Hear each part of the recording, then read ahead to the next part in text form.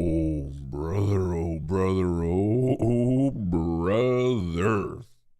What's going on, everyone? What's up, what's up, what's up? I appreciate you joining me on this Saturday evening, and we're doing something a little bit different. We're about to listen to a very politically charged debate between Glenn Greenwald, Alex Jones, Destiny, some left-leaning brothers on Twitter, and I guess to tee this up, I wanted to listen to it because obviously we're in an election year and I'm a greedy capitalist, so I need to track what's going on in the world of politics to know how the economy might or might not be impacted. And obviously in the upcoming election, January 6th is an important event because one of the people trying to be president, Donald J. Trump, is potentially getting kicked off various ballots. And this is a particular thing that I have not zero knowledge on, but pretty close to zero knowledge on. Obviously, I know about the event. I know like what went down and everything when people like stormed the Capitol and the election, blah, blah, blah. But I don't know any of like the actual facts, like how did things legally play out? Who's in prison? Who's not in prison? So I feel like I just need to become more of an informed person. So I'm hoping that this could teach me something. So this, from my end, is not a point of me saying, oh, who's right, who's wrong.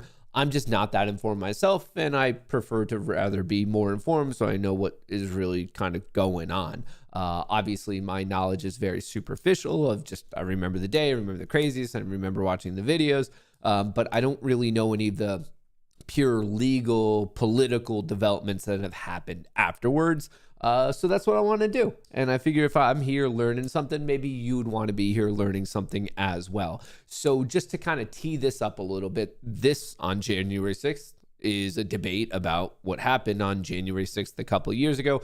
There are three people who are very right-leaning. There are three people who are very left-leaning, and they're going to go at it.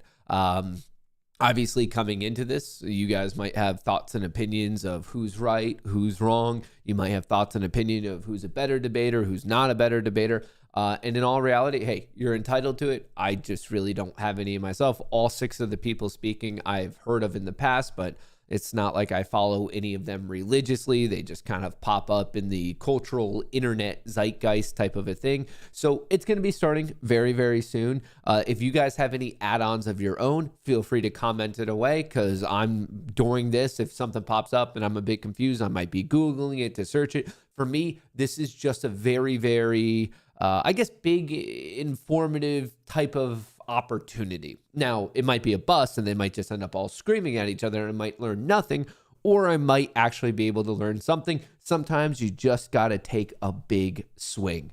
I'm a master debater. I knew someone would be throwing that up there, but let's see how it goes. So we're switching it up and we're just going to see how this Saturday kind of plays out. All right, let me get some volume. Never acceptable in the United States political system. Never, never, never. It has no place in a democracy, none. Give them the kind of pride and boldness that they need to take back our country. So let's start marching, and I salute you all. USA! USA! USA! That's what happens when election lies are pushed through the media. Who has the ultimate authority to deploy the National Guard? The ultimate authority rests with Trump. He saw people saying, hang Mike Pence. He was instigating violence against Mike Pence. The U.S. Department of Homeland Security had already declared that the greatest threat to the U.S. homeland was not ISIS or Al-Qaeda, but instead domestic extremists, far-right extremists to be exact. So let's walk down Pennsylvania Could you guys Avenue. comment very, very you quickly? all. Okay, bless cool. Yeah, you, keep commenting and like a lot so I bless could size this up America. properly.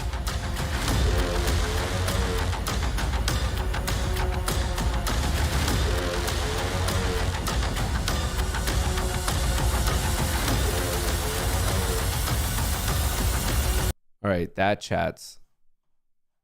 Gentlemen, welcome to the second Zero Hedge debate. It is an honor and a privilege to be asked to moderate this debate. I'm Ian Crossland. I'm going to be moderating tonight, and the debate tonight is going to be about January 6, 2021.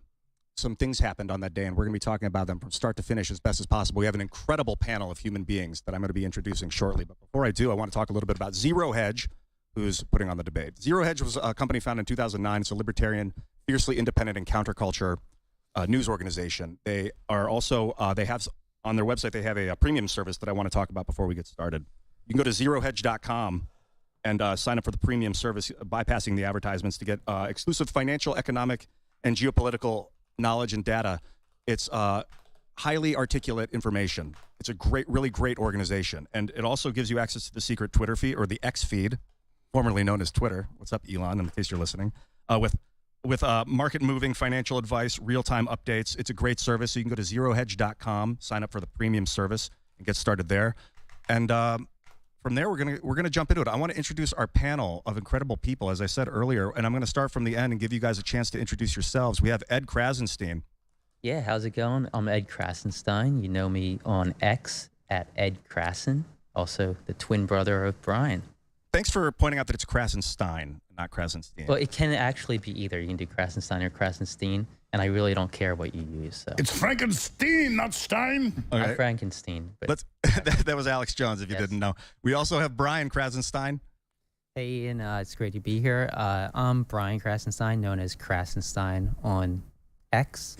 I'm Ed's slightly better looking and more intelligent twin brother. They are And modest as well. very Probably the most modest of the Krassensteins. Next to Brian, we have soft-spoken. Stephen Bonnell, known as Destiny. What's happening, man? Hey, what's up? You know me on YouTube at Destiny. My real life name is Steven, and I scream and shout at people on the internet for a living. Next to this dude, we got Alex Jones.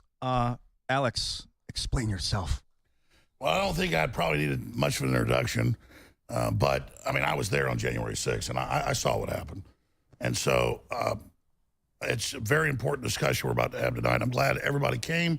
We need to have more of this, not just left and right, but just different groups of people debating and discussing. I'm really glad that Zero Hedge and their great subscription service, people supporting it, is financing this. And so you're going to see a lot more of this with people supporting Zero Hedge.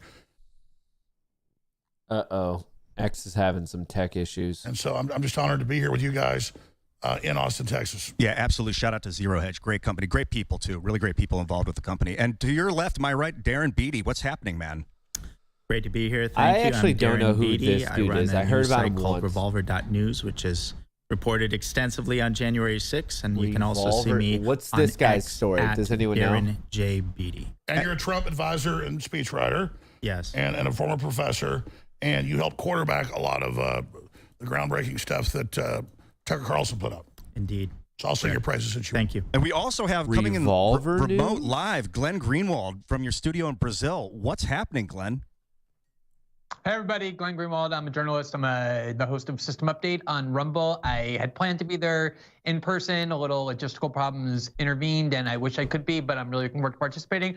And I just want to echo Alex. I think what Zero Hedge is doing is so important, organizing these kind of substantive, structured debates among people who obviously disagree pretty strongly on things, and yet nonetheless can have what I hope will be a civil and spirited debate, what I expect it will be. So I'm really looking forward to it, and I appreciate being asked. Yes, that is my job, is to make sure that it maintains civility, structure, organization, and that we don't talk over each other, that we end up listening to each other. The real value of humanity, one of the most powerful tools we have, is communication. So I think tonight's going to be an exemplary example of that.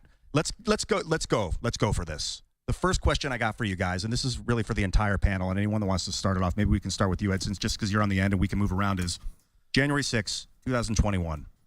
Was it an insurrection? And before you answer, I want to read this. This is actually what it's called 18 U.S. Code 2383, rebellion or insurrection. Yeah, let me do an overhead shot. This is right out of Cornell Law here. Yo, X is having some problems. Excellent. All right, I'm going to start reading this. Hello? X? X must not be. Why? It's only 7,000.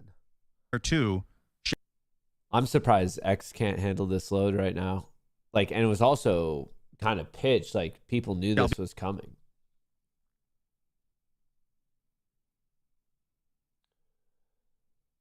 Uh-oh, SpaghettiOs.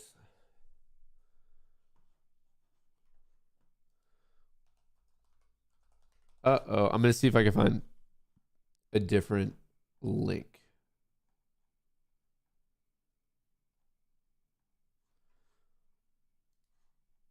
I guess what an insurrection.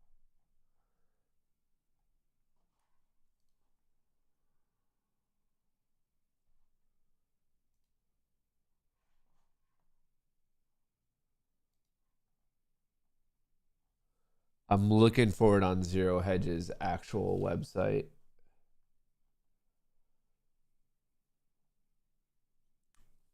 Uh-oh, X is having some problems. If anyone But I don't think that has a higher defines quality link, let me whether know, the but we'll try to find event one off was of an Twitter. insurrection. When I say insurrection, I don't mean everybody there was partaking in insurrection. There are people who were peaceful. The people who walked into the Capitol and did nothing, I don't think that they were insurrectionists. I think they violated the law, but I don't think they were partaking in insurrection. I do think the Proud Boys were partaking in insurrection. I think you could say Donald Trump incited the insurrection. I do. Destiny, what do you think, man? I would say the plot from start to finish is quite obviously an insurrection. The only way to get around that is to either justify an insurrection, which is what most conservatives do, they don't realize it, or to deny that an insurrection could ever happen, or if you're not aware of all the facts of what happened. I think that Donald Trump and his cronies had a very coherent plan that they tried to enact from start to finish, starting with false claims of voter fraud, leading to false slates of electors that filed themselves as state electors under perjury, which is what they did, up to the violence that happened on the day of the certification of the vote, where Donald Trump and his friends continued to try to delay the peaceful transfer of power by contravening the certification of the Electoral College vote. And what I want to make sure that we don't force this into like what they want to call a debate where you got to be called on or anything. So if any of you guys, Glenn, you as well, man, if any of you guys want to jump in. Yeah, two of them just went. I want Glenn to go, but I just want to say something here. I was there. And I was investigated and subpoenaed by the Justice Department in at least 5 criminal investigations, and I was forced to testify in front of the Jan 6 committee, which they've now been destroying their records because the records show the opposite of what they said. Trump and all of us had a stage rented by the Supreme Court. He was supposed to have another rally there. We showed up. Before Trump ever finished his speech, people were getting tear gas and hit by bullets. And there were a bunch of provocateurs leading an attack against the police, and they broke through. And then this 1 million+ people then got blamed as insurrectionists, and Biden gave a big speech yesterday saying they're all terrorists. So by that extension, Kamala Harris, as the VP candidate, was bailing people out of jail that burned down police stations and firebombed federal buildings. And the idea of Biden's speech yesterday, making his whole campaign about January 6th, saying political violence is never good.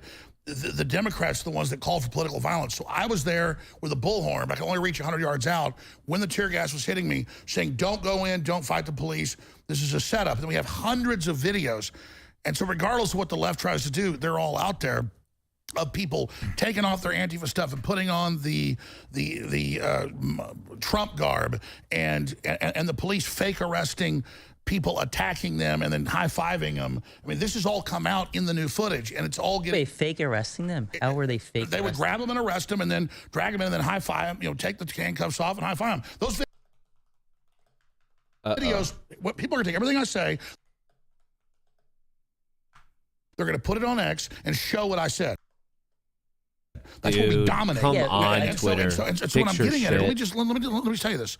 What I'm getting at here is they now admit hundreds of federal officers were there. So when Trump started his speech, this whole thing began with Ray Epps saying, go into the Capitol. He told the Jan 6 committee, yeah, it's true, it's in his text messages. He told family, I orchestrated it. So under pressure, they finally indicted him, but only recommended 6 months. So a few hundred people got manipulated into fighting the police. They were led and driven by provocateurs and other groups. They were others, then they opened the doors and the police wave them in hundreds of videos. They walk between the velvet ropes and then they indict over 1,000 people that just walked through velvet ropes.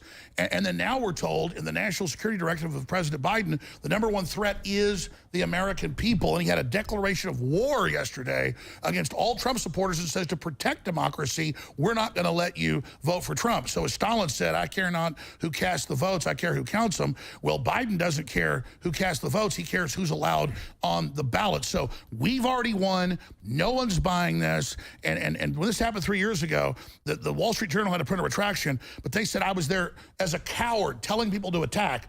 Well, no, they wouldn't let me put the video on Twitter where I was saying don't go in. But the truth is it's coming out. And so that's the bottom line here. And this attempt by Biden to cast the American people as the enemy in all these movies about martial law and civil war. Yo, X, come on. This is not a good look for them. I mean, they can't handle even 9,000 on a live view. Like, come on. Come on. It's a good freeze frame, though.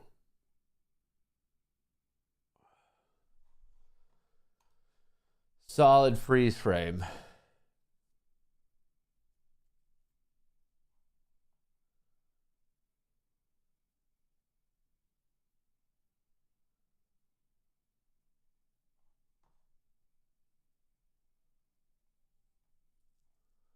Maybe they'll be able to fix it.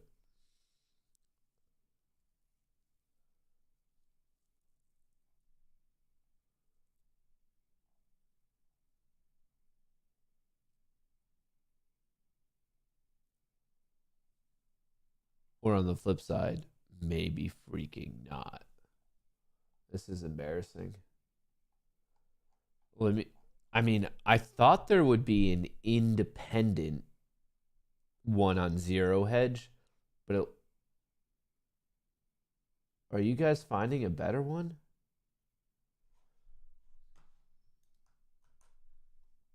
Let me try reloading the page. Let me know if you guys... Oh, that seemed to work. And the thing I said was, I think the South was wrong. And then you just said that I support what the South did. No. I didn't say you supported that. I said that you said that they weren't engaged in insurrection. Do you think the Confederate States were engaged in insurrection? Was that because there were rebellions during Reconstruction at the end of the Civil War, and they were saying if you lead an uprising against the Northern occupation of the South, you're precluded from running from office because they were worried about Southerners getting office again, like Jefferson. No, I do not support the Civil War or slavery, and I'm not a, quote, Confederate. Okay, but was it an insurrection? That's my question is, was it an insurrection? Yes or no? Yes, if you were, no. The law, yes, I think that it was a civil war, and you could say an insurrection. Okay, so is it insurrection? Did anybody get charged with insurrection rebellion? What I'm saying is... With violating statute. Did anybody get charged? Listening. No, I'm asking you. You just said it was insurrection. Did anybody get charged with violating the insurrection and rebellion statute? Yes, people did. No, because there was no statute there. That's my point. No, you don't need to. You don't need to violate that statute in order to be partaking in insurrection, because the Civil War was an insurrection, and nobody got charged with violating that. No, that's what I'm saying. That's my point, Alex. You're changing the subject because you know I'm correct. Even the Democratic Party lawyers on CNN say you have to be convicted under the 14th Amendment of this before you can be. You can't just You don't get convicted under the 14th Amendment. You get convicted under Section 2383 of Title 18. Well, let's slow down a little. Let's slow down a little. A congressional resolution to give awards to Capitol Police is not a conviction of Donald Trump to remove him from the ballot. He's been indicted for saying they stole an election. So now they want to take him off the ballot so you can't vote for him, which is pure stealing of an election. I think this is not, he's the Yankee. He's not somebody in Georgia. He's not Robert E. Lee. This has nothing to do with it. But also, as a quick fact check, on the 14th Amendment, it doesn't require a conviction under Section 3. You can literally put it on the text on the screen. There's it does not say needs to be convicted. I guess we need to define the difference. Alex, one second. We need to define the difference between the casual term insurrection and the legal definition of insurrection. Yes. Well, there's another thing we need to talk the about. Nikes do not go with that outfit. There's the casual term. There's the etymology of the term insurrection, which simply suggests a rising up. So by that definition, that could encompass a wide range of things. Black Lives Matter. Wait. So there's a rising up. Then there's the legal definition, but we have politically weaponized court systems, so that's not even, I think, a proper standard. I think the proper standard is the sweep of a proper historical perspective.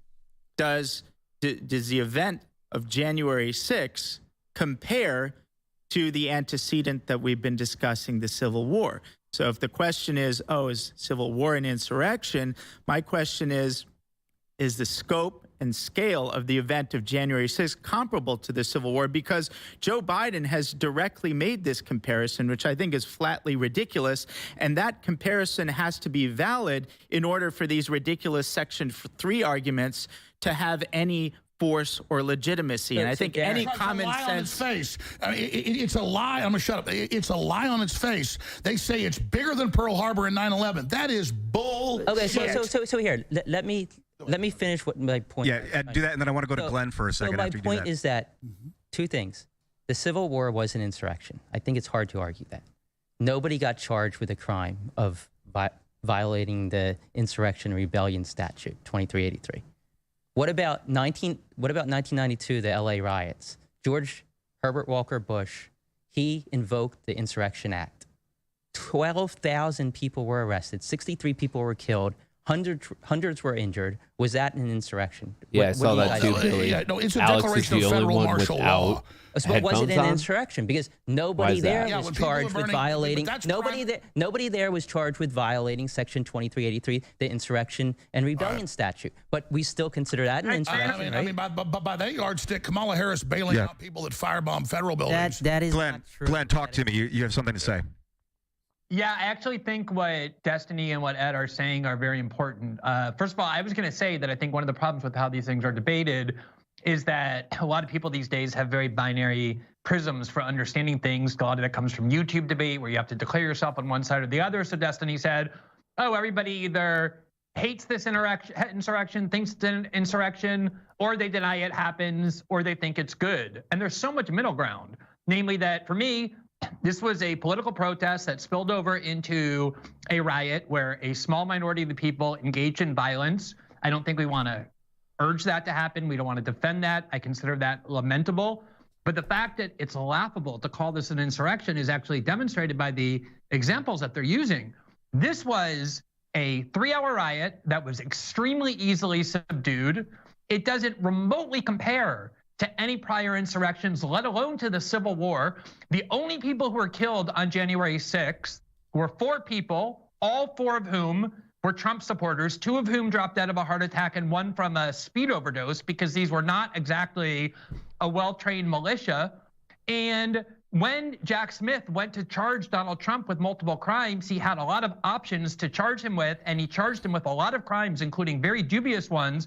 He did not charge him with inciting an insurrection for reasons that I think we ought to ask ourselves why. But the fact that this is such a minor event in history is demonstrated by the fact that the media, who needed this to be a major event, immediately started lying about what happened, saying that Brian Sicknick was murdered when he had his head bashed in through a fire with a fire extinguisher, only to learn that actually he called his mother that night. He was fine. He died the next day of what the coroner said were natural causes, because the media knew that if you can't say that even one person supposedly perpetrating the insurrection killed anybody, pulled out a gun, let alone discharged the weapon, all of which is true, it's a joke to call this an insurrection. At best, it's a riot. And that's the reason why Trump hasn't been charged with an insurrection. The only time he ever commented on January 6th about whether he thought there should be violence or not was when he said the following. He said, I know that everyone here will soon be marching over to the Capitol building to peacefully and patriotically make your voices heard. He urged them to be peaceful in how they went there. To the extent there was violence, I think you can make the argument that the FBI informants that even the New York Times admits were there were the ones that urged it. But even if the people who were there were the ones responsible, at best this is a riot. You could so easily make the case that the 2020 riots were a far greater insurrectionary threat than anything that happened on January 6th. That's perfectly said. I would ask I would ask the left over here. I know Ian's asked the questions. I mean, I don't know. Did you guys see Biden's speech? I mean, it was an hour long that no one there was good. They were all there, over a million people. I was there. And then we marched down there to have another rally, and then I see this terrible thing happening. It was medieval, and then Biden saying they're all bad, and we can't let you vote for Trump. I mean, come on, man. We have a clip from Biden's speech I want to play, and then let's get back to you, Destiny. You had something to say, but if you guys have this, it's clip number 4. They were insurrectionists, not patriots. They weren't there to uphold the Constitution. They were there to destroy the Constitution. Trump won't do what an American president must do. He refuses to denounce political violence. So hear me clearly. I'll say what Donald Trump won't. Political violence is never, ever acceptable in the United States political system. Never, never, never. Unless you're the Democrats. It has no place in a democracy, none. You can't be pro-insurrectionist and pro-American. And yet Trump and his MAGA supporters not only embrace political violence, but they laugh about it. The insurrection is the open border. So the insurrection was not just the 3-hour riot that happened at the White House afterwards. I think that's the least charitable reading of everything that happened. And that's not, if you read any of the charges that either Jack Smith or the Georgia RICO case has alleged against Trump, are saying that, in fact, not much of the focus is on the 3-hour riot at all. Not much of that. Hold on, Alex. Let Stephen finish his thought first. So not much of those indictments are actually focusing on the 3-hour riot itself. The unprecedented act that there is no answer for, that Kamala Harris or Joe Biden or Hillary Clinton have not engaged in, is using knowingly false election claims for months to try to pressure state electors to change their vote. And then when they wouldn't do that, beg them to elect different electors. And then when they wouldn't do that, create a plot to create fake electors. And then when Pence wouldn't accept that, try to capitalize on that final 3-hour riot at the Capitol building to also make phone calls and tell people to decertify their vote or to switch their electors. JFK and Obama had alternate electors. JFK. No, they didn't. No, they didn't. Was completely no, they different. didn't. I can explain that if you want. Yeah, please do. Okay. Right. Yeah. So in 1960. So in 1960, JFK and Nixon, there was a dispute because there was a recount. I think JFK ended up winning by like 150 votes. It's freezing at the over time, here. At the time, each state decided, or the state decided to certify two sets of They didn't electors. certify Or them. decided to choose two different slates of electors. Depending on how it went. But they were certified by the states. They were in the middle of a recount. They were in the middle of a recount. Well, Trump tried to get it certified. None was certified yet. Neither state was. What happened with Trump was that Trump tried to get the states to certify a second slate of electors based off of conspiracy theory crap that None of the the election was stolen. Hold on. They did. He took it to court. they didn't. They 62 refused to use it in cases. courts. That's not 30 true. cases were looked at on merit. So are they They were taking all him shut off the down. ballot now? That's a separate. That's a separate. Take him off the ballot. Is a separate thing. Is the not purest form of election theft is taking someone off the ballot? Alex, let's get back to the 1960s really fast. So what happened was that they did a recount, and Kennedy ended up winning by, I think, 150 votes, and they chose the Kennedy electors. They certified the Kennedy electors, and Kennedy ended up winning that state. And that's what Trump said. What Trump did was Trump tried to get the states to certify an alternate slate of electors. They refused because the court said there's no there.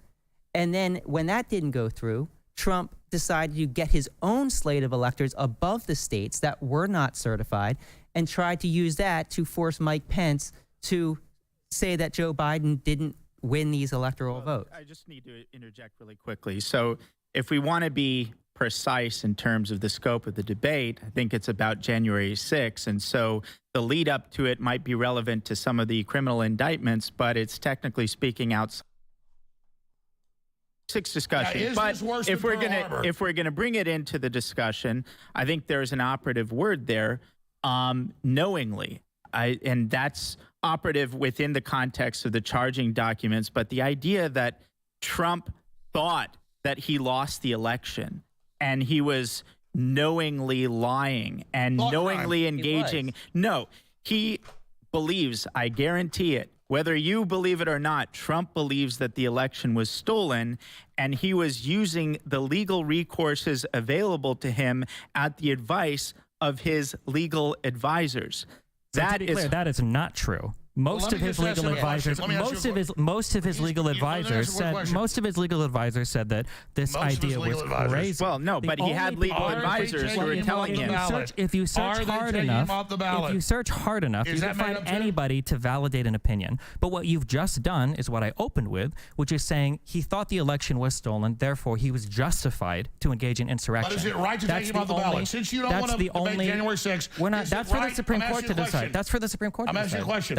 I'm telling you, that's for the Supreme Court to decide. According to Section 3 of the 14th Amendment, it's why does the United States sanction countries that take people off the ballot?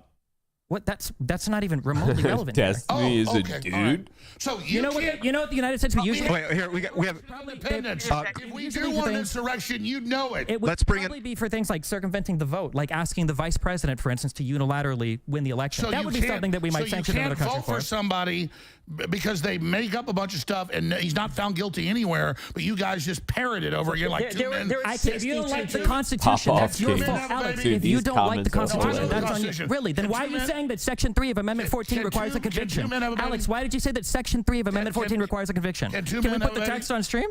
I would love to do that, actually. Put the text on. Because you keep saying it was. All right, guys. It doesn't say that. Tribunals. I don't care what it's they would based have to on. find you guilty. Let's. That's why no one was. Put up Amendment 14. Let's hear from Glenn. Let's hear from Glenn. We'll slow down.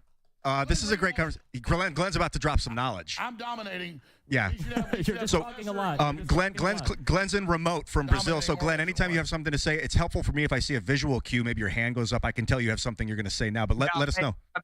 Let me just say, what happens is when you gather together to debate a particular question, you're supposed to debate that particular question. The particular question that we were presented with is we're going to debate January 6th and whether it was an insurrection. Now, I don't blame Destiny and Ed for not wanting to debate that, for wanting to debate a whole set of other issues about whether Trump acted improperly, whether he was naughty in the things he did after the election, because there is no argument to make that what happened on January 6th rises to the level of insurrection. And that's why an extremely aggressive prosecutor named Jack Smith decided not to charge Donald Trump with that crime because he knew there was no way that he could possibly bring a conviction against anybody, let alone Donald Trump, who told everybody to be peaceful when going to the Capitol, about whether or not that was actually an insurrection, whether that rose to that level. And even in a colloquial sense, what we've called an insurrection in the past is in a completely different universe. But on the issue of whether there was a real belief on the part of Donald Trump that elections were stolen, I don't understand how anybody could doubt that, aside from the fact that you have to get into. Uh-oh. I'm quick on the reload. Come on, faster. Give us a reload. Faster. The election was stolen and was the byproduct of fraud, and the president was, as a result, illegitimate. When I started writing about politics in 2005, the idea that George Bush was the real loser of the election, Al Gore won, was the view of every single liberal and Democrat that I knew. In 2004, there were objections claiming that Karl Rove had interfered in the Ohio vote with the Diebold machines and cheated to make John Kerry lose and George Bush win.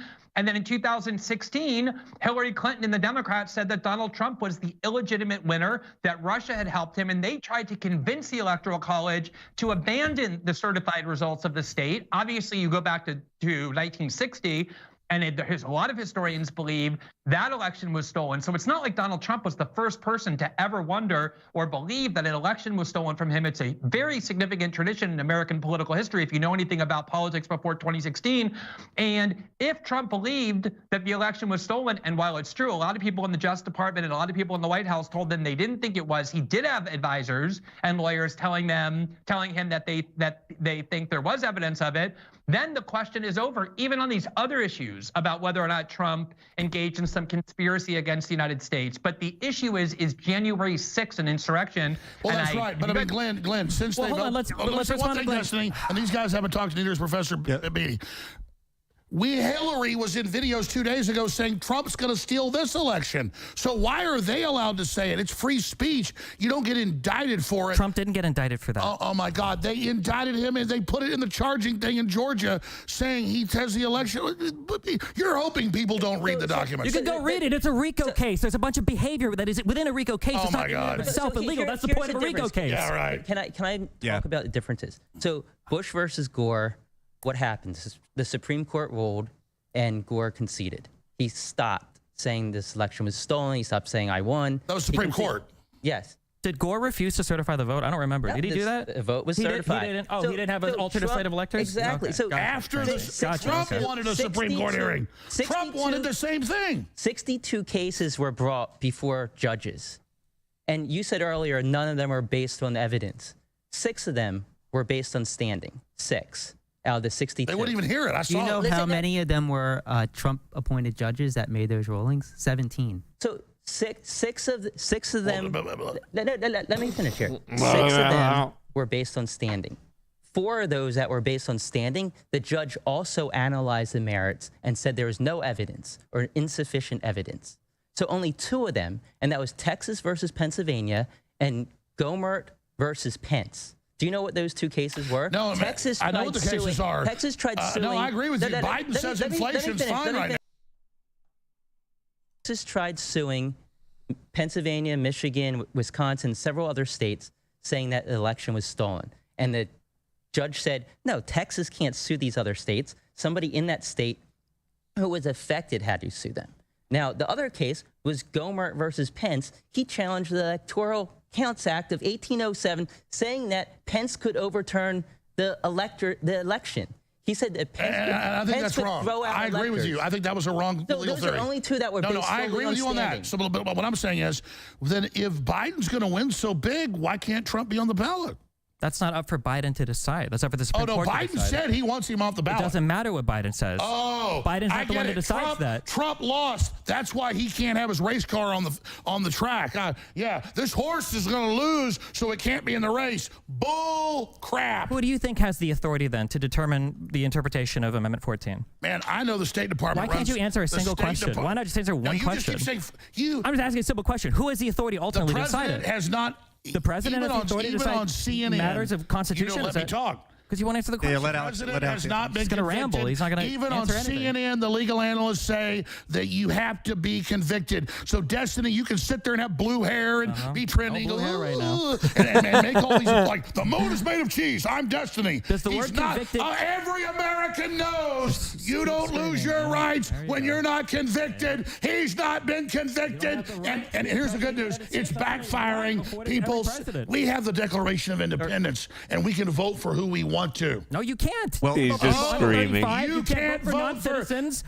Can you? Nobody stole an election. Can you but vote you for can't vote for who you want. Can you vote for Nobody stole an election, but you can't vote for who you want. I think Nobody stole an election, but you can't vote for who you want. We just beat this into the ground. Alex, I need you. We just crushed this one into the ground, but I want to ask the question in a slightly different way. Was this an attempted coup? Do you guys think this was an attempted coup? Of course it was. Obviously it was. The Hunter Biden laptop. Oh my God. The weaponization Hillary hearings. Clinton's emails. The censorship. Russia. There's no Russian connection. That's all. mRNA vaccines. Take your extra. I want you to take all the shots. Global warming. How many shots have you had? None yet. You want to take some? No, I hope you take them all. I just want you to answer one question about any of this. I want to see you take them all. We've talked about the Democrats more than the Republicans on the January 6th debate. Isn't that loud wild? noises? Isn't that crazy? They now loud admit that the noises. shot erases your immune system and doesn't protect. COVID trying to now take or away my January Democrat. 6th? Yeah. Let's stay back. All right, guys. Back to topic. Darren. Brian has an answer. So is it a coup? That's the question. Yeah, that's so. I think it can be debated. Or an that attempted it was coup. A coup. An attempted coup. Definitely, I would say it's an attempted coup. And a federal The coup is flooding the border with aliens. Alex, hold. District Judge, U.S. District Judge David Carter actually evaluated the Trump Eastman scheme. And he said... All right, we got some big news. I'm not interrupting you. No. Hours after. Not that yet. But we had Glenn. Glenn's going to speak after you were. I'm sorry. I'll shut up now. So the federal judge, U.S. District Judge David Carter, evaluated the Trump Eastman scheme. Another lawyer. Which we can go into later. But basically, he said that it was quote, a coup in search of a legal theory. This is a federal judge.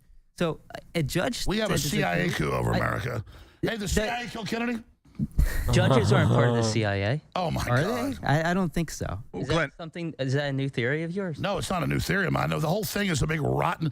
So they can find partisan. They found the Secretary of State of Maine took Trump off the ballot because she had one hearing in a YouTube video. Are we ruled by this lady? Can we not vote for who we want? So one of the I guess defenses against it being a coup. Oh wait, here we got Glenn. Glenn speaking. Go for it, man. I just want just about I actually want to ask a question that I would love to hear everybody's answer to. But before I do that, just want to say about federal judges. This year, in the last 6 months, 4 different federal judges, a district court judge, and then an appellate court unanimously found that the Biden administration gravely violated the First Amendment. In fact, the greatest assault on free speech, the court said, in decades, maybe the history of the judiciary, by systemically pressuring big tech to censor the internet and purge it of all dissent by threatening big tech companies using the CIA, the FBI, and the CDC with punishment if they didn't censor the internet. Now, you may not agree, but according to your standard, 4 different federal judges concluded that, which is infinitely worse in terms of an abridgment of freedom or an attack on the Constitution than anything that Trump is accused of doing. That's but in not terms true. of whether That's not That's true. a digital insurrection by the deep state. Digital insurrection. Can I put a pin All on right, one thing real quick? That I just want it to be noted. Hold up, everybody, hold up. Glenn, please finish your point, and then we're going to move on to the response. The question I want to ask is, the question that you asked, Ian, is this a coup? If you look at how other coups are perpetrated, and I think a lot of this is that if you're an American and you have this very soft history, you don't know what a coup is, you think that like what CNN tells you a coup is a coup. Usually the way coups work is the leader of the country, or whoever is in charge of the military, orders the military to seize control of the levers of power. Trump was the commander-in-chief on January 6th. The military was duty-bound to obey his orders. They had a right to disobey if they were illegal, but if this were a coup, why didn't Trump order the military to seize control of the power and turn over the election process to him? Why didn't he order the armed factions that form the law enforcement part of the military and the executive branch that serve under his command to do that as well? And like just the That's most what calm. happens in a coup. That didn't happen here because Trump wasn't trying to perpetrate a coup. He wanted the Department of Defense to seize voting machines, and the DOJ turned him down and told Well, him. the worst thing he did was try to take Biden off the ballot. Remember when Trump said Biden cannot run and have the Justice Department take Biden off the ballot? Oh, God, that was Biden. Sorry. I'm sorry. I was having a moment there. To reiterate, also, Biden doesn't have the authority to do that. He still doesn't have Only the his Lord authority and to do Savior that. Jack Smith. I get The Supreme Court that Trump has his picks on, that's currently 6-3 conservative, they're the ones who are going to make the final decision on that. I wanted to be known that every single time you try to talk about any of the stuff related to Trump, it's so many Democrat names that comes out of people's mouths. I don't know why people can't just engage on the facts of what happened on and in the events leading up to June 6th an insurrection without having to invoke every other Democratic leader's name. No name calling. No, his name's Ding Dong, Ding Dong, Destiny, whatever it is. The point is, I was there.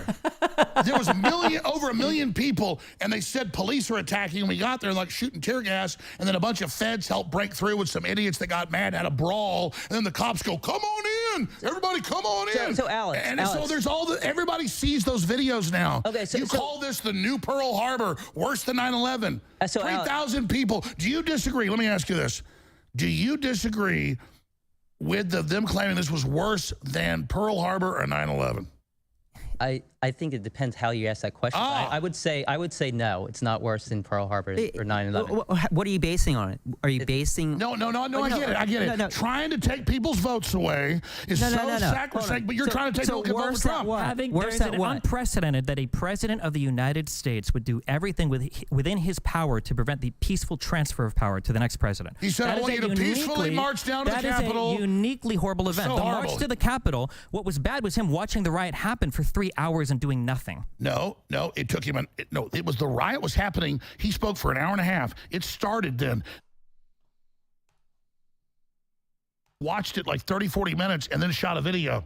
No, you're lying. He got back to the White House. He got Mark Meadows delivered a note on his desk that Ashley Babbitt had been shot, and he sat there sipping Diet Coke for an hour and a half. The guy that you called your leader. The way they run these headlines, I was there. How many pardons did Trump do for the patriots that got unfairly charged with crimes and convicted in the Capitol grounds? I was there. Why didn't Donald Trump pardon any of those people? Why didn't Donald Trump pardon any of those people? Timelines. There's not going to be an answer to this.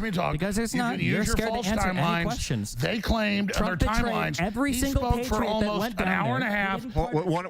Just keep it one at a time. It's easier. Capitol when he first started speaking. So you had an hour and a half on it didn't exist. I was there. So you were there, Alex. So tell me, were there weapons there? No, nobody used weapons. So are you telling? Yes, there were weapons. You're right. You got me. He's going to say the cops. Yeah, they shot Ashley Babbitt and they threw people off the balcony.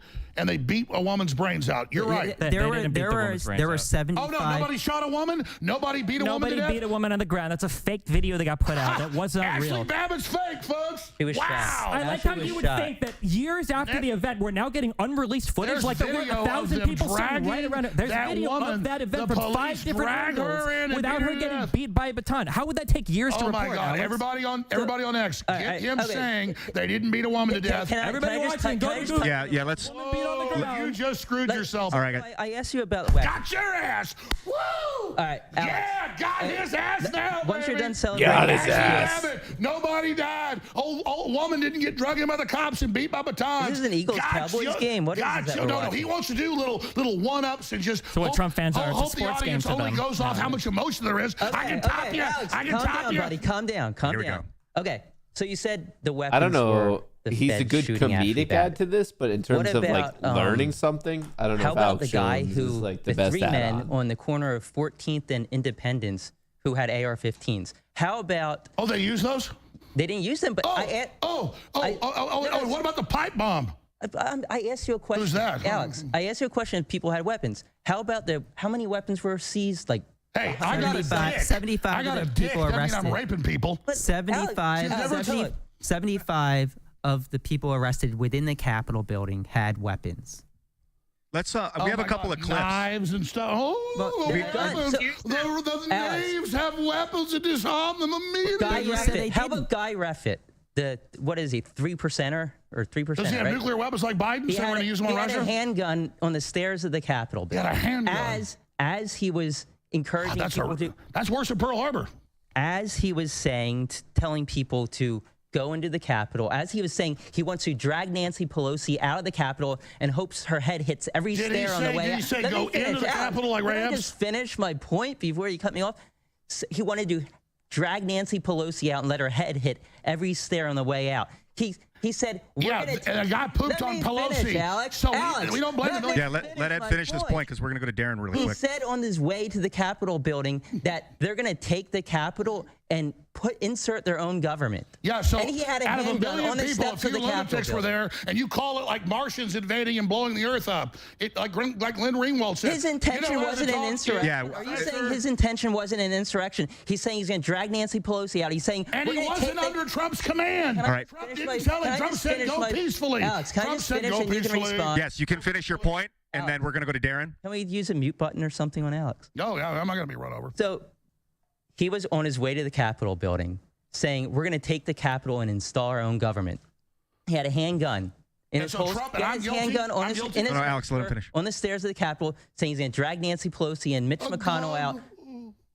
But you don't have a problem with that. That's He not. didn't use That's a gun. What do you think, Darren? because Oh, he didn't you use a got gun because he didn't have the killing opportunity to shoot Nancy Pelosi or Mike Pence. Did he That's kill him? okay. He didn't have access I to didn't them. say it was okay. Thankfully, the Capitol Police. Thankfully, the Capitol what about the Police. Q Thankfully, shaman? the What about the Q shaman they let Thankfully, in? the Capitol Police. All right, okay. Oh my God, a guy had a the gun. guys We need with the martial guns. law. All the Americans are guilty. You can't vote for Trump now. A guy had a gun. I've been asked by Zero Hedge to moderate this debate, so that's what I'm going to do. Everyone, quiet down. We're going to Darren Beatty. Darren.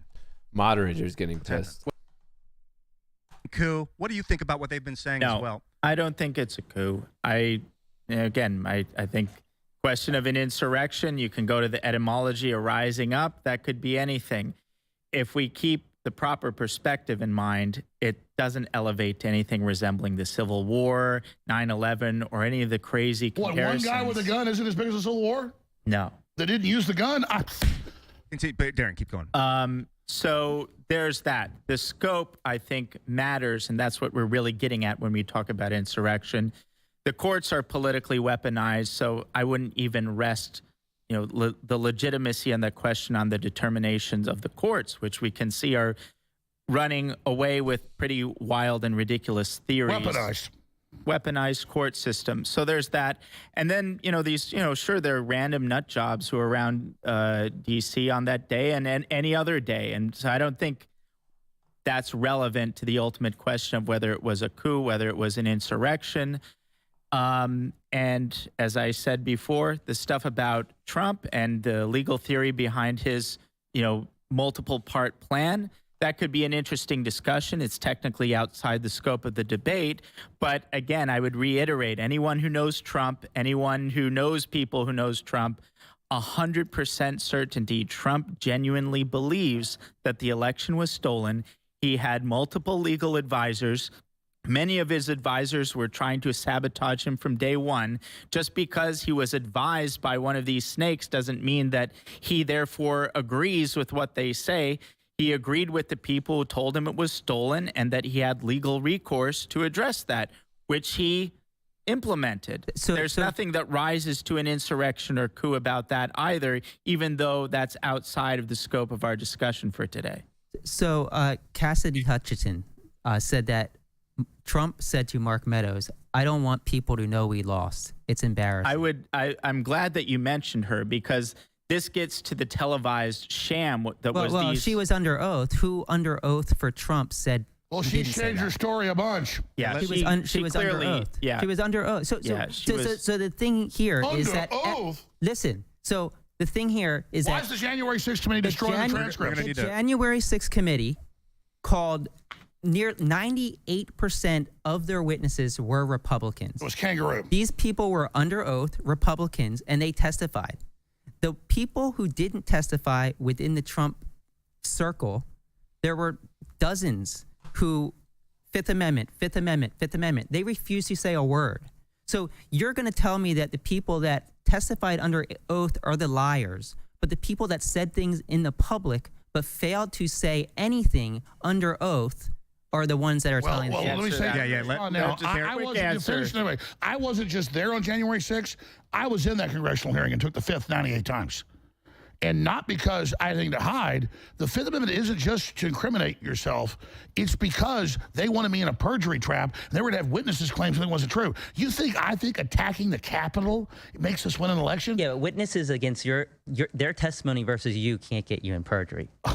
They can't. Oh, yeah, just ask Roger Stone that question. No, it doesn't happen that way. How did perjury get Roger Stone that way? Roger Stone wasn't involved with WikiLeaks. He worked here then. He couldn't get a hold of him.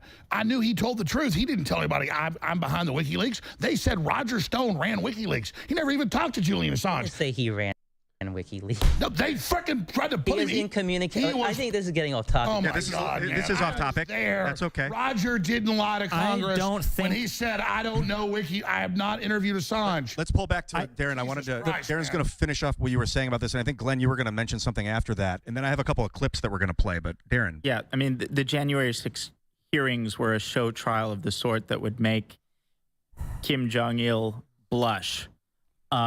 Explain it to them. They wouldn't let Republicans that they wanted under the law on the committee. They wanted Jim Jordan, who was actually part of the investigation. You on your side. We pick who the people are on our jury. Jim Jordan was being investigated by the committee. For Trump either. They wanted a person on the committee who was being investigated by the committee. How does that make sense? Oh my God, when you're being investigated by the Democrats, you don't have a look. I think a lot of people watching don't understand. Hey, guys. Jim Jordan was elected.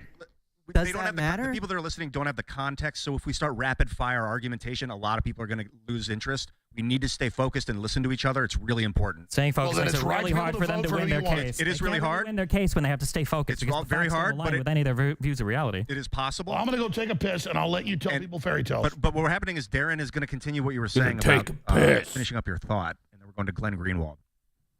Yeah, well, the thought was just about this Hutchinson, and she said a lot of things. I believe she was the one who said that Trump reached over to the steering wheel and, told the Secret Service this or that, which was a bizarre thing because the Secret Service agents in question weren't the ones that were called upon to testify under oath. Some of them testified the same thing that Cassidy Hutchinson said. No, the Secret Service actually said we would love to testify, and they weren't allowed to.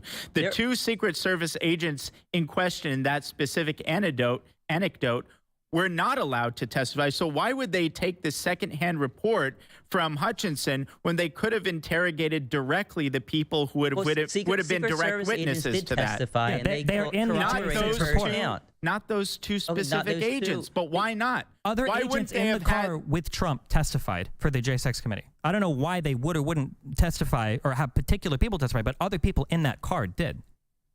No. Yes, the two people. Yeah, Glenn. The January 6th committee, and it's what Alex was alluding to just a second ago, is one of the biggest shams in the history of Congress, because what happened with the January 6th committee was we had a long history of 225 years of tradition in the United States Congress where whenever investigative commissions would be created within the Congress, the minority leader and the majority leader would each select the members of that committee to ensure there was fair representation by both parties. Nancy Pelosi, for the first time in the history of the United States, as Speaker of the House, refused to allow the Republicans who were chosen for that committee by Kevin McCarthy, the at the time the Republican minority leader, to be seated on the panel. And as a result, the Republicans said, we're going to have nothing to do with this. And the only quote unquote Republicans that were chosen was Liz Cheney, who ended up losing her seat by 36 points, and Adam Kinzinger, who didn't bother running again because they were so unrepresentative of the Republican Party. It was a completely partisan commission. And on top of that, none of the videotapes that were available was made available to the public except for very deceitfully chosen snippets by Adam Schiff and by Liz Cheney. And it was only within the last several months that we saw all of the video footage, and what it showed makes a joke of the idea that this was a coup. You had people peacefully walking into the Capitol, led by many of the police officers who encouraged them to enter peacefully, which they did. The vast majority of people who were there at January 6th aren't even charged with using violence, and that's what makes this whole debate such a preposterous joke. If you look at how coups are carried out in other countries, you could make a much better case that the Black Lives Matter protests of 2020 was an insurrectionary movement. And the reason it matters, Destiny, is because if you're going to make arguments, there has to be an important test, which is, do you apply the same principles you're claiming to profess and believe in to cases where it undermines your partisan allegiance and your ideology, not only where it helps it? That's one of the key tests for determining the authenticity of your argument. And so if you don't think the 2020 protest movement was an insurrectionary movement against the United States government, there's no way to claim what January 6th was, especially since Trump could have done. Uh-oh. Glenn's getting fired up. Dude, why is Twitter having so many issues today? So much more. A lot of Democrats didn't want to answer that question. Glenn, answer the question. Yeah, and I would have actually. Yes, a lot of Democrats were angry about that. I'm not asking if a lot of I'm asking you would be okay personally if he refused to certify the vote. I think there were two. You won't answer the question. In 2016, would you have been okay if Biden? Because if you really believe that an election is stolen, as the Democrats claim they did, then it is kind of odd to say, we're just going to concede that and allow George Bush to march into power, even though we believe that he actually stole the election. Yes, that is kind of an odd way to go about with your It's not all that all. We live in a democracy. There are appropriate forums through which you can challenge. Did they not battle that out in the courts? And they lost. Once okay, you had there your day you go. In court and you Trump lost, was battling it out in the court, and he lost. Once you lose, anything past that is vigilantism. Vigilantism directed at the government to prevent the peaceful transfer of power to entrench your own power is an attempted coup. That's what he tried to do. Trump did, though. He told them to be peaceful. He told them go and be peaceful. We're not talking about the peaceful protesters. And if he wanted them to be peaceful, he would have called in the National Guard as soon as they started rioting, but he didn't do that. You're talking about his use of the legal process, of the congressional and judicial process. That was not he a legal went and process. he tested.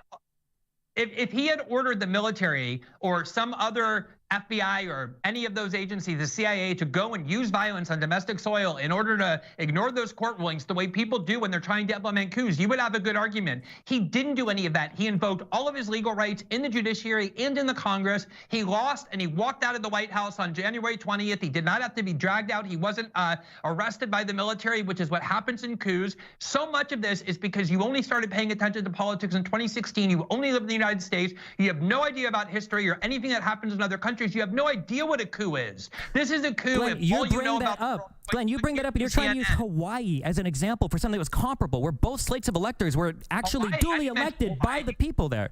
For in the 60s, Hawaii and South Carolina, these other historical examples that people go to for multiple slates of electors are not at all comparable. Both of these things happened prior to 2016. There are no examples in U.S. history, or if you want to give me one, since you know so much history prior to 2016, give it to me. Is there any other examples in U.S. history where the president is telling the vice president to unilaterally not certify the vote? Has that ever happened before? That's a totally separate question. No, from that whether is this what is a happened coup. on January 6th. It doesn't matter if it's the first time that it ever happened. Even if it's the first time or the 10th time, it's still not a coup or an insurrection. A coup or an insurrection is when you use violence and force in order to seize control of power outside of the legal process. So a coup has to have. So if there's no violence, it can't be a coup. Wasn't there violence? I saw violence. Yeah, you need violence in order to be the coup. The How much amount of violence do you that need? happened on the Capitol on January 6th, the most amount of violence happened to the January 6th protesters, not from them. Again, not a single protester whipped out a gun, let alone used a gun. That is an extremely weird coup. How many officers were injured? 140? Wait. Is that enough violence for you? Well, here's a good question about who, like, staging a coup and emergent phenomenon, and if a crowd becomes violent, or if someone directs the crowd to become violent. This is actually the next question on my list. Do you guys think that Trump was responsible for this thing? And before you answer, I want to play a couple of clips. We have clip 1 and 2. These are from Trump's speeches on the day. I think the first clip is before the violence kicked off. Maybe we can play that first. I know that everyone here will soon be marching over to the Capitol building to peacefully and patriotically make your voices heard. We can't play into the hands of these people. We have to have peace. So go home. We love you. You're very special. You've seen what happens. You see the way others are treated that are so bad and so evil. I know how you feel. But go home and go home in peace. That second clip was from after the violence had become, and so he was kind of doing damage control, I think, at that point. I just don't understand all of the insanely arbitrary caps that we're trying to create to try to say that it wasn't a coup. Well, there was violence, but there wasn't enough. There was a subversion of the democratic process, but it didn't end up working. Like, if the plan would have gone as Donald Trump wanted it to have gone, which is Vice President Pence unilaterally tossing out the Electoral College vote, and if Donald Trump would have retained power past when he was supposed to lose it, what is that if not a coup? What would you call that? No one ordered those people, the few hundred that actually fought police, to do that. That's great. What would you call that, though? If Trump's it would have not been happened, charged. no one said Trump's been charged with insurrection or inciting a riot. Jack Smith especially did. But we can't vote for him because they say he's guilty. What would you call it if Pence would have unilaterally thrown out the vote and Trump would have held on to power for some weeks, Trump was longer? calling for a 10-day Senate investigation.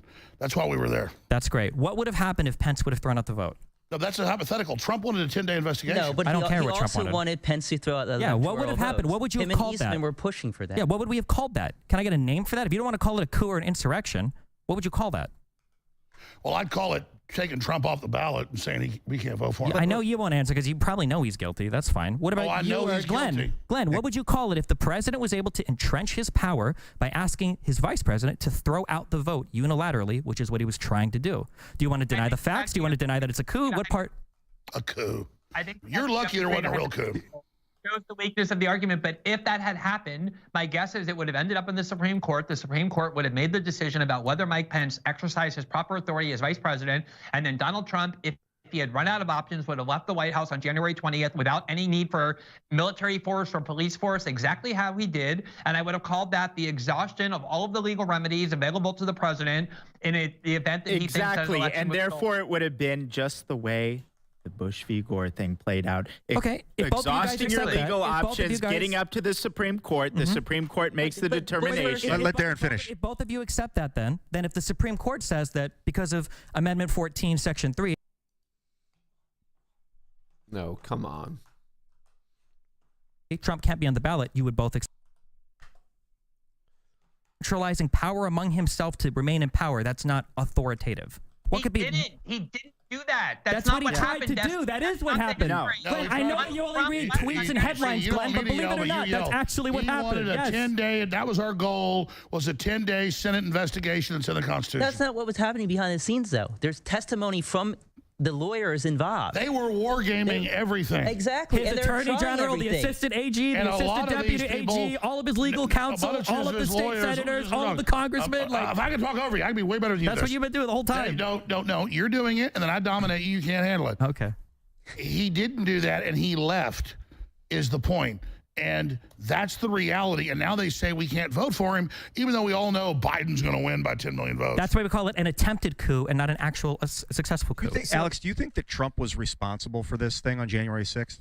100% not. He'd had hundreds of rallies around the country, 5 or 6 that we were part of in the months before this. And we had the space. Here's the Capitol, right up here by the Supreme Court on the Capitol grounds. We had a stage. And then we get there, and it's bedlam.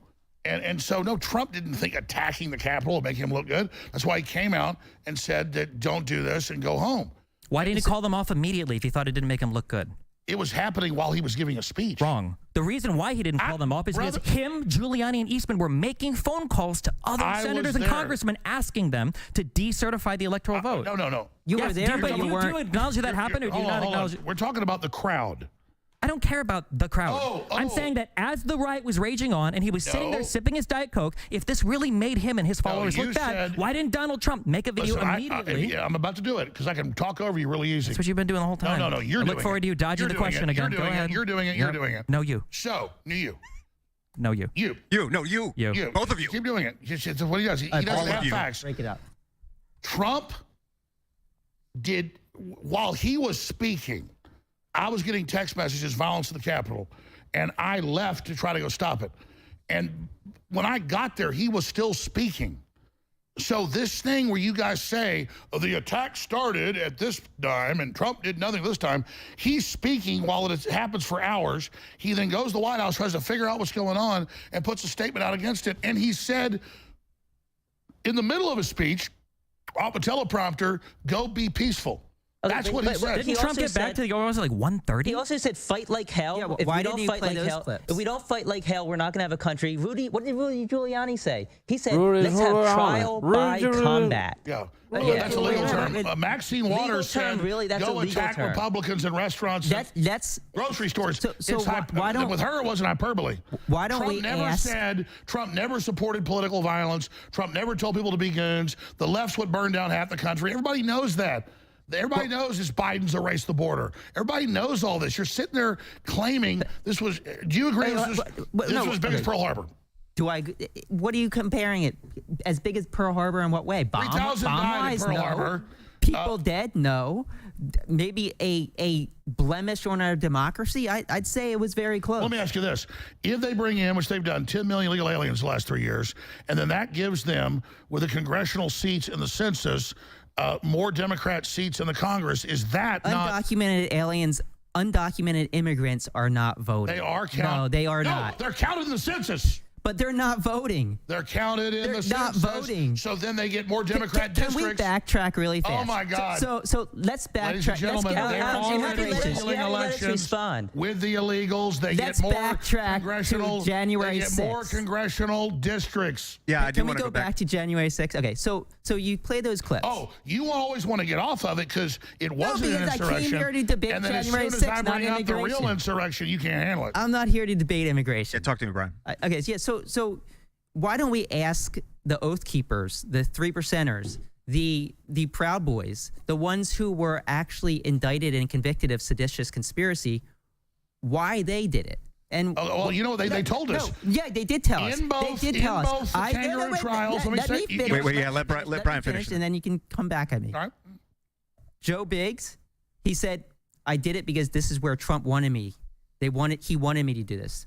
Stuart Rhodes, Oath Keepers, same thing. I did it for Trump. Multiple Proud Boys and Oath Keepers, they all said, I was here because of Trump. I went into the Capitol. I took the Capitol because that's what Trump wanted. So was Trump responsible? Ask them. Ask the people that are serving 20 years in prison for seditious conspiracy. I'd like to respond to that now. I know Stuart Rhodes well. I know Joe Biggs well. He used to work here. And they have never said Trump told them to go into the Capitol. They have never said they did it because he asked them to. That is not a true statement. That is a true statement. I have their quotes here. Joe Biggs shook a fence. Stuart Rhodes said he never told anybody to go in the Capitol and never went in the Capitol. And you just said they said that Trump told them. Multiple Proud Boys said they were in the Capitol because that's what Trump wanted. Trump you're wanted reading them. a Jack Smith federal filing? Next we'll tell me the cheese. I'm going. Jack Smith didn't indict the Proud Boys. They have messages between the group. They have the actual. No, I know all about it. Yes, And, so they have them. So are you saying these are fabricated? No, read me the quotes. Yeah, read those quotes. I mean, I have said we were here to storm the Capitol. We were here because of Trump. Trump I mean, there's literally dozens of these pretty quotes. different. And so they say Trump told me what's the to? best quote Nobody you have? is saying. Trump Hold on. said No, go wait. peacefully. This is a red herring. Nobody. They're not saying. They're not saying that Donald Trump personally communicated to them to go to the Capitol. What they're saying is the reason why they were there, which I think over 147 convicted people have thus far in their convictions, have said the reason why they were there is because Trump called them to go there, not personally. You know how many of those people? You know how many of those people cited Ray Epps as the reason why they were in the Capitol? Take a guess. Well, wait a minute. Wait a minute. Yeah, Darren. In both Proud Boys and Oath Keepers cases, the Fed said there was no direct conspiracy. No one is talking about that. That's not what I'm talking about. They went on to say it's a new conspiracy where it's not written or said. They just imagine it. Incitement of violence. I want to be clear. I want to be clear. What is your contention with this? Give me the quote and then what your contention is in relation to the quote. Like Destiny said, there are 140 convictions where the people convicted said, I was there because of Trump. Trump called us to do this. And when I say called us, I don't mean he called them on the phone and said, for the sake of argument that that's true, what is your conclusion from that? That Trump helped incite this? Well, just because they thought they were helping Trump, that doesn't mean that Trump told them to do that. Let me say that's true, but like, let's look at the actions. Famous. It's like, wait, Alex. It's like saying, Charles Manson presumably thought Helter Skelter was, telling him to kill.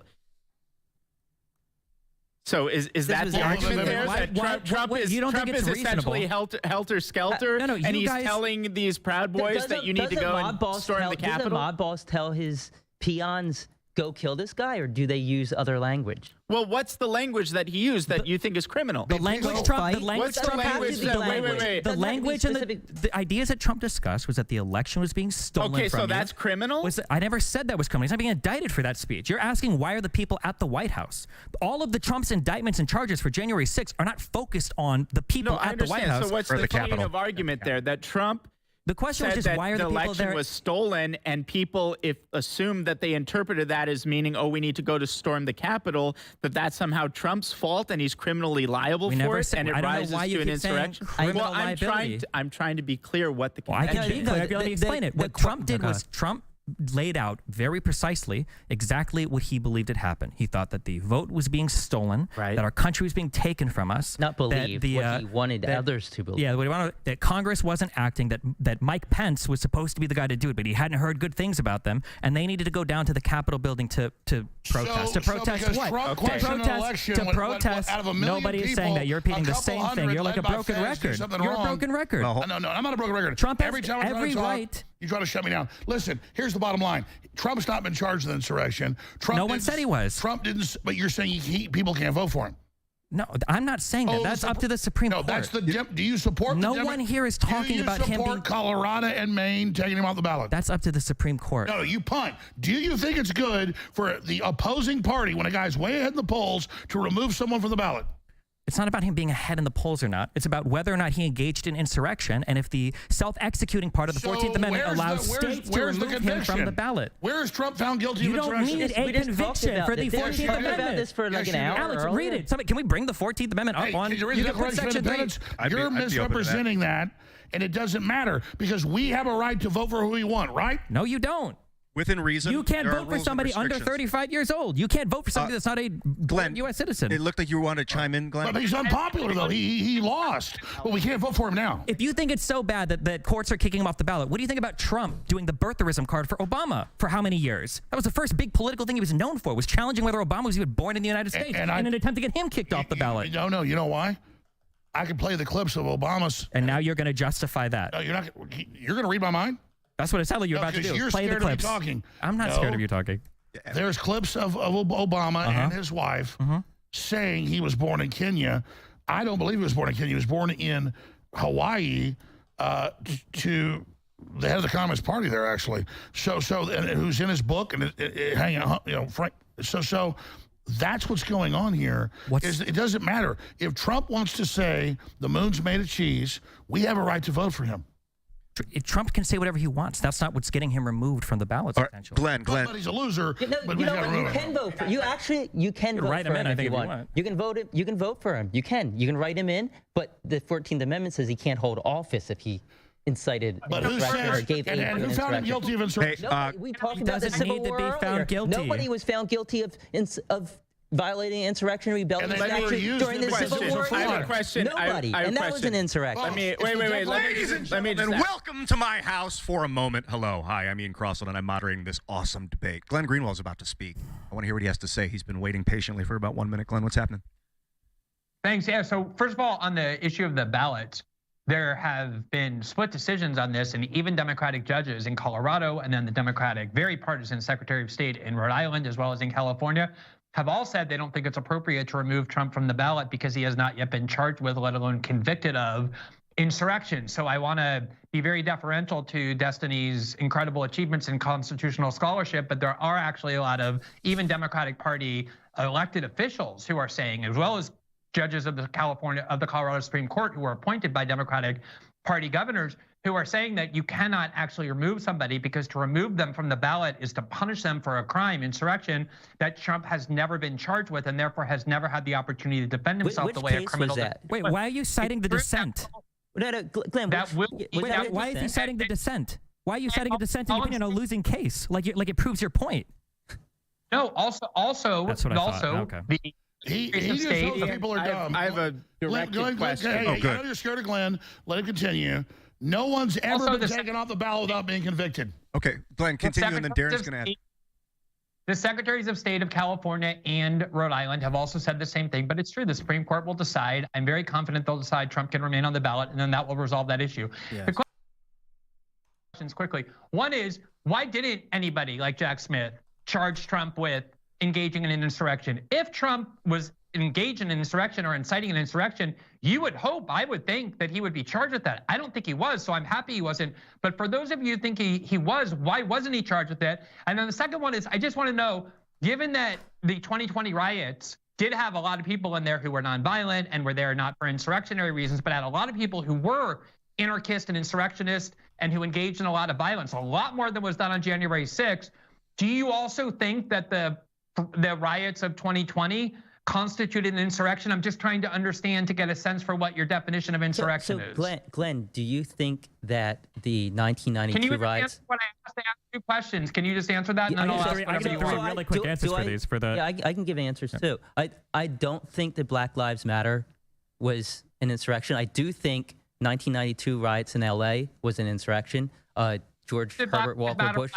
Black Lives Matter black that made it not an insurrection. What did it lack? Breaking. So it was a protest. Breaking.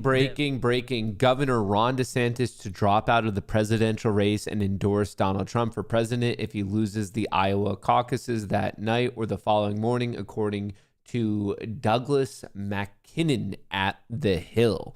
A little bit of DeSantis breaking news. God, that's not true. They were the bombs on the courthouses. There's nobody. It was at nighttime. There's nobody in there. They were not obstructing anything. Firefighters got to fight it. Arson's a serious crime. They crime. were not there to obstruct an official proceeding of a government. Wait, just burned down a courthouse. That's really quick. I want to ask Glenn. Do you think 1992 was an insurrection?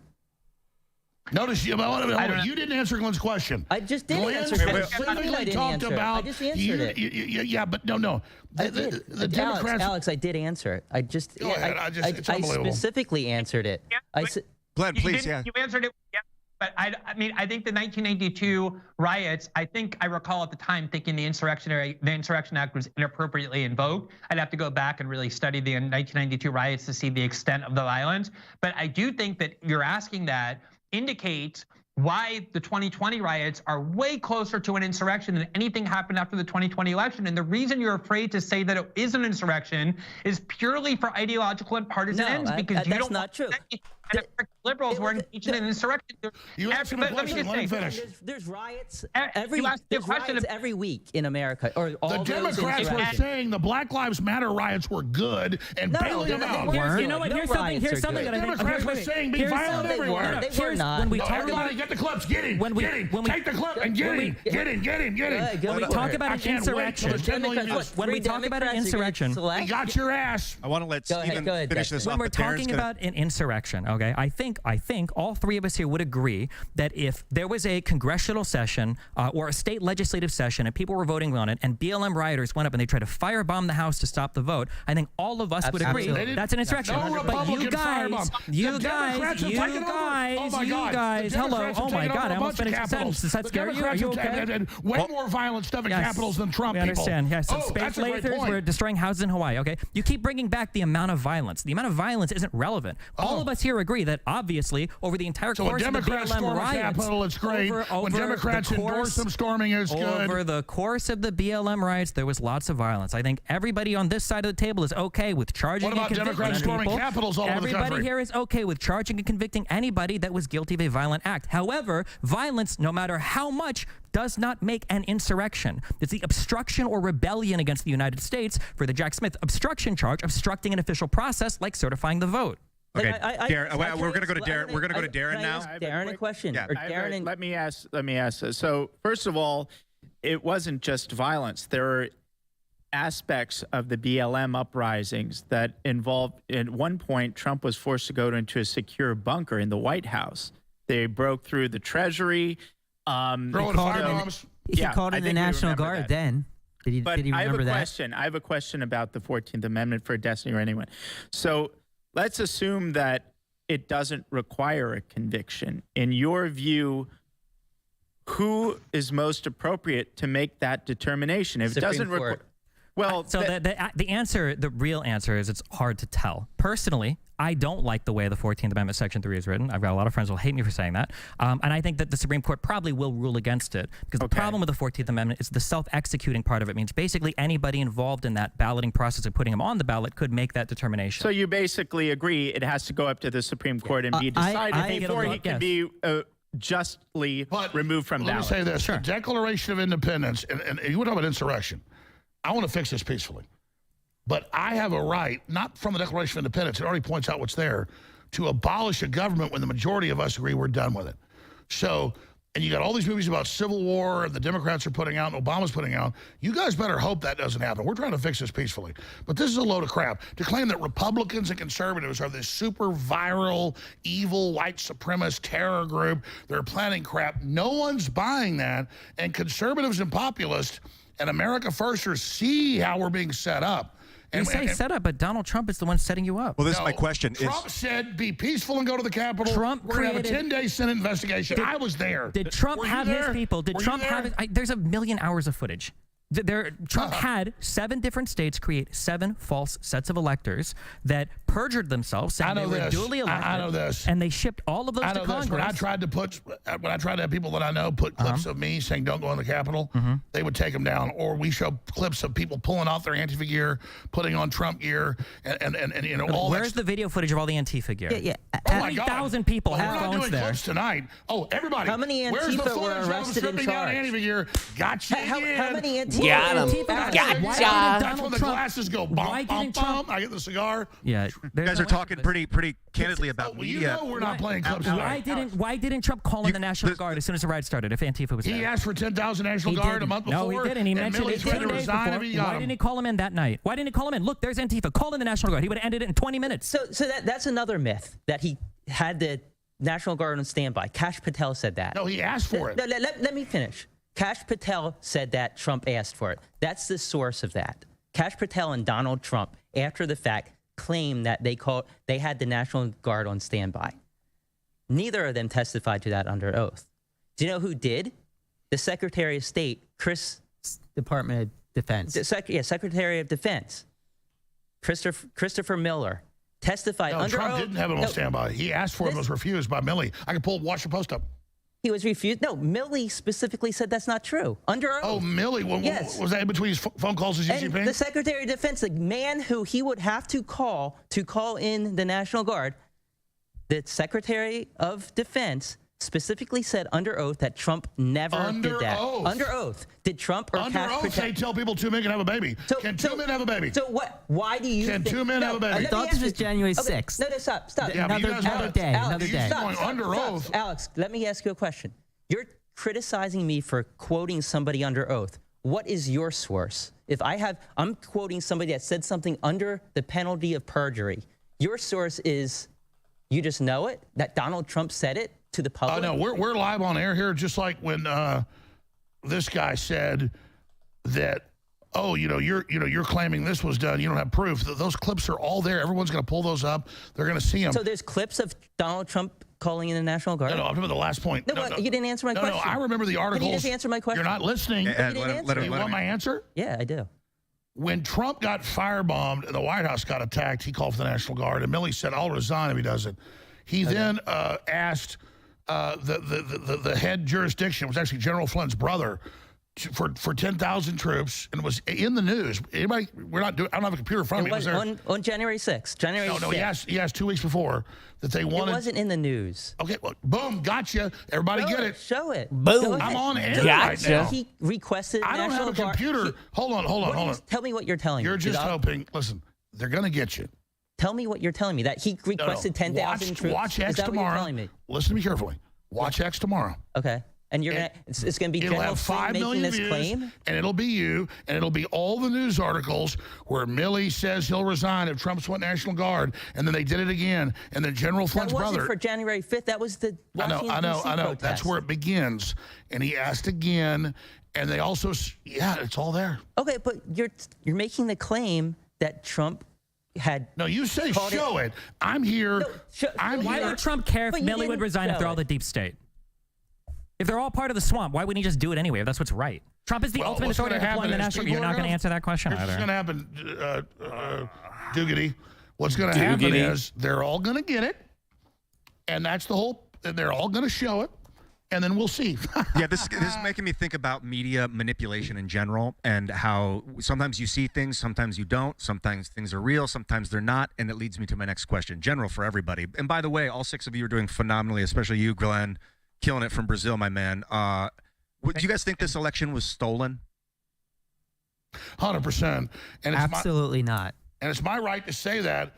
But then, covering up the windows with signs, and then all these trucks pulling in, and then the graph where Trump's above, and it perfectly shoots up, and then wins. I guess define stolen. Define that for me before we answer the question. If anybody as Professor Epstein and others have said, they do it way before suppressing the Hunter Biden laptop, giving you 96% Google Democrat links. I mean, it's all the stealing's done before.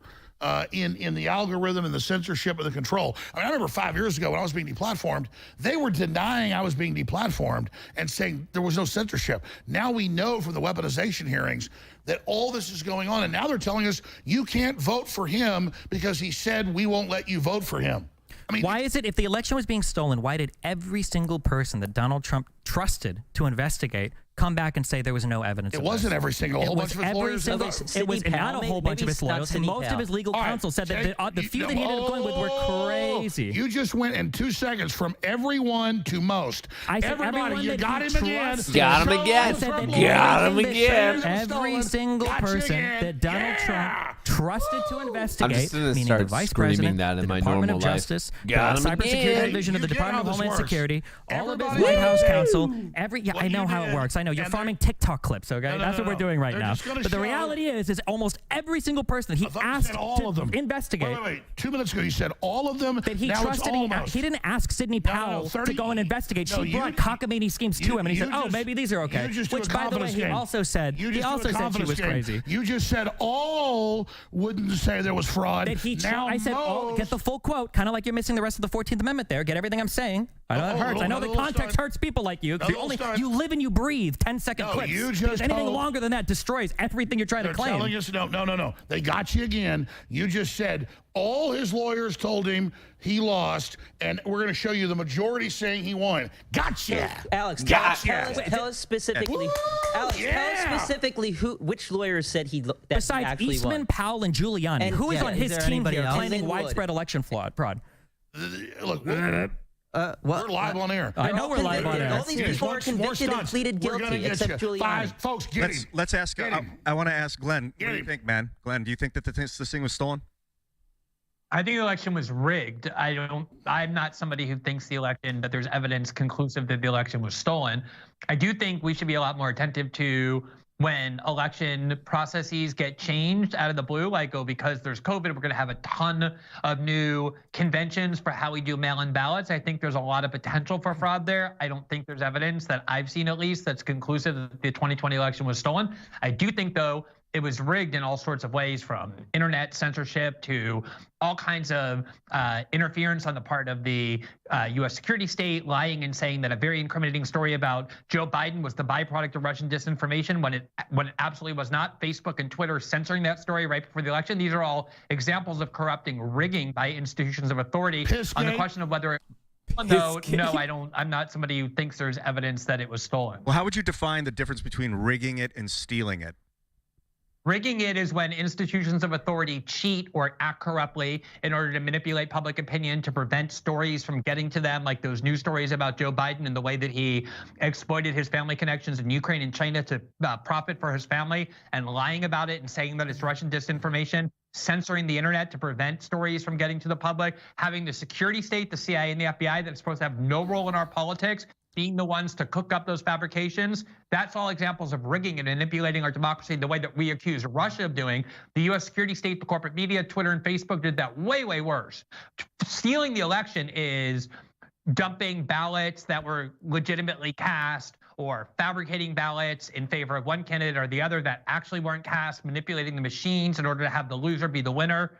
That's what I would distinguish between rigging and stealing. So to clarify, do you think that Donald Trump asking Jeffrey Clark to go and threaten the DOJ that if they don't sign on to a false letter trying to bully states into claiming there was mass election fraud by claiming the DOJ had actually found someone they hadn't, that was testified to under oath. Oh God, under oath. Do you think that would be considered an act of corruption? The whole point is, if Trump legitimately believed that the election was stolen, as Democrats believed in 2000, 2004, 2016, as no, that's not right. It's not answering the question. Then I'm answering the question. I just can't do it in 7 seconds. If Trump believed genuinely that the election was stolen, then all of those steps that he undertook to try and present the Congress the way to alleviate the stolen election, to have courts reverse the stolen election, to have Mike Pence exercise what he thought was his constitutional authority, might have been wrongful, but they weren't illegal, and they most definitely weren't a coup. So if he thought that the election was stolen, he was allowed to tell the DOJ that they needed to sign on to a false letter claiming they'd found election fraud. Otherwise, he would replace Rosen with Clark. That was something he was allowed to do. False letter. All this stuff's crap. The DOJ hadn't found anything, so the DOJ attesting that they had found something would indeed be false. That's right. I know. In this world, we need evidence, Alex. I'm sorry. Oh, evidence. Oh, I know. Yeah, evidence from evidence. Yeah. So Did 2 Men Have a Baby? Isn't there a sitcom called 2 Men and a Baby? Yeah. 2 Men Have a Baby. Oh shit! I'm sorry. My bad. No, but I mean, we're sitting here like, guys. They said it was worse than Pearl Harbor in 9/11. Like Glenn says, so Alex, you're fighting your demons up here. None of us are saying that. Alex, you pointed out, that the votes, they went up way at night. They went up way high. Trump was winning, and then all of a sudden, Biden pulled ahead at like 1 a.m. Red Mirage. Yeah. So, but do you understand that the media basically told the American public that this is what happens basically every election? Yeah, they pre-programmed it, Red Mirage. No. Do you understand? No, it doesn't happen every election. Do you understand why that happened? No, I'm not smart enough to understand. The trucks, when they shut down the polling places, and the trucks pulled in, and they blocked the windows out and ran the same ballots over and over again. Let me explain it to you. Donald Trump, for months before the election, he kept saying mail-in ballots are rigged. Don't vote by mail. So do you think that Republicans are going to vote by mail if Trump says not to? So Republicans... But that's chicken and the egg. Let me finish. Let me finish, and then you can. Republicans didn't vote by mail because Trump said, it's not safe. Democrats voted by mail. Mail-in votes were counted at the tail end of the vote count, as they always are. So what happens? So Trump pulls ahead early in the night, just like everybody said was going to happen if you were paying attention. They start counting the mail-in votes. Biden's moving up.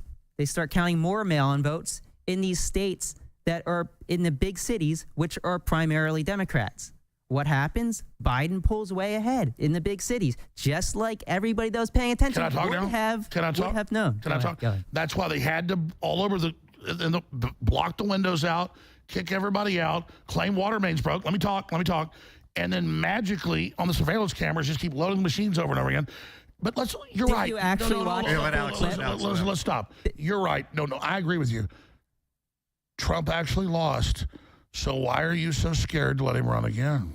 I'm not scared to let him run. So you support him being on the ballot? I support whatever the Supreme Court says because I think they should define what insurrection is. I think that's fair. I'm not saying I'm on either side. But let's go back to the pulling out votes or tabulating votes multiple times. Did you actually watch more than the 14-second clip that Giuliani put out there where they purportedly pulled out ballots from under the table? Let me ask you a question. No. Why in Michigan and Georgia did they block the windows? No. I mean, why? I don't know why. Ask them. Why did they say a water main broke? They later admitted it didn't. These all went to court. Let me stop you. Because you guys, hold on, stop. No, all of them went court. Can I say one thing? I'll give you the floor. I'll give you the floor. Let me say one thing. Go ahead. I was found guilty by 2 judges in Texas and Connecticut, and then they had a jury trial on how much damages. Trump, they changed the law, has a judge who said at the beginning of the real estate hearing he's guilty. And then Letitia James said in the video, we've already found him guilty. She was so dumb, she said it. We already found him guilty. He's guilty.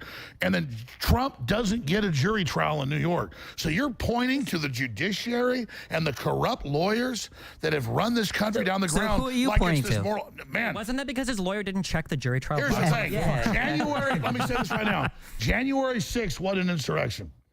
Also, the videos that you're referring to, the running the votes multiple times. The Democrats the violence. We're talking about one thing and you go back to something we talked about an hour ago. But let me tell you, you guys keep looking for one.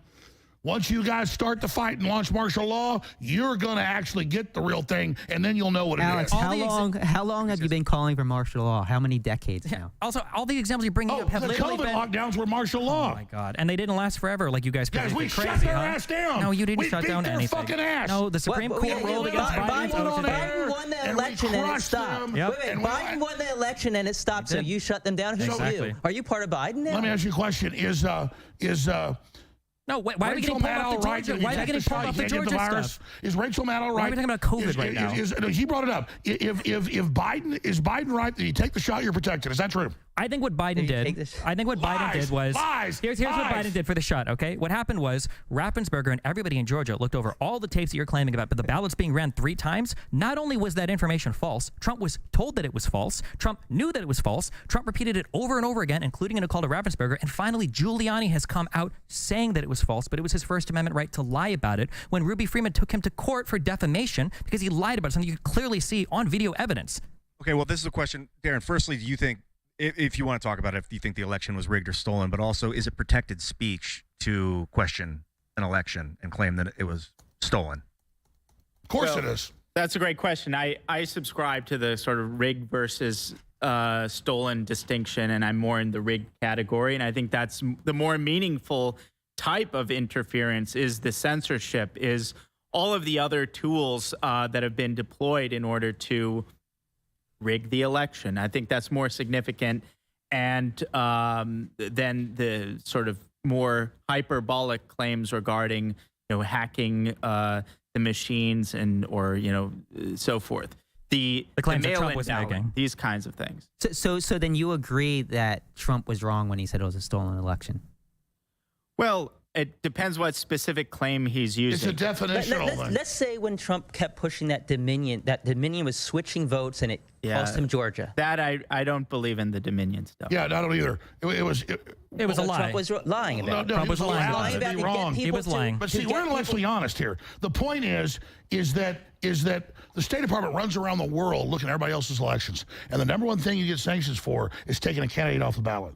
And that's what the Democrats are doing right now, and America sees that. The Democrats are not doing it. That's going to go to the courts. Republicans actually filed the Democrats Supreme Court of Colorado. It's not the Democrats Secretary of State in Maine. You just said the Democrats aren't doing it. Alex, they are Colorado. Alex, in Colorado. God damn, that's a lie. In Colorado, who filed the suit?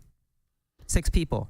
How many of them were Democrats? What is this, Democrats? How many were Democrats out of the 6? Doesn't matter. No, how many? I know Liz How many Cheney's a Republican. how many were Republicans who I know, filed Liz the suit? Cheney's a Republican. 5 of the 6 people that filed the suit That's in who they have Colorado doing to it. get Trump off the ballot Who were ruled? Republican. Who So ruled? stop saying Democrat. Oh, yeah, it's not. Democrats don't want Trump off the ballot. Glenn's actually responding. Horseshit. That's not what happened. What happened is the only people who have standing in Colorado to bring a suit are people who can vote in the Republican primaries, which means either Republican voters or independent voters. Although the suit was brought in their name, the lawsuit was spearheaded and was paid for and was organized by a Democratic Party aligned group called Crew that boasted of this and took credit for it. So yes, the suit was brought in the name. Yeah, Glenn. We had some audio feedback, Glenn. If you can hear us, we're going to request we had some buzzing, Glenn. I want to make sure that everything you said is clearly heard. So we're going to fix that and then get back to you. Well, let's go back. Glenn, go ahead and talk again. Let's see. Yeah, try it out. Yeah. Anyway, I don't know how much of that you heard, but what I was saying was that in Colorado, in order to have standing to Hey, Glenn, stay there. We're going to have to reconnect with you. I want to hear this. But I can say what he's saying. He's saying that it was brought by a Democratic institution, but they needed Republicans. Not just a Democrat institution; it's a notorious lawfare outfit. Right, but how many Democratic states said okay, he can stay on the ballot? So don't just say like every Democrat just once you throw Trump off the ballot. You're right. The Democrats don't want him off the ballot. I actually, if you were to ask me, I would say let the voters decide. Like I honestly, but I at think this other point, candidates would have a better shot than Trump to beat Biden. I honestly do. Well, who? I think Nikki Haley. If she there's no way she would get the nomination. World War III bird brain. I think she would defeat Biden. I really do. We actually have a tweet from Vivek Ramaswamy. What do you call it? He called it Happy Entrapment Day, talking about January 6th. Do you guys think that it was an entrapment? 100%. Yep, 100%. Donald Trump entrapped all those poor people to be there. that's true.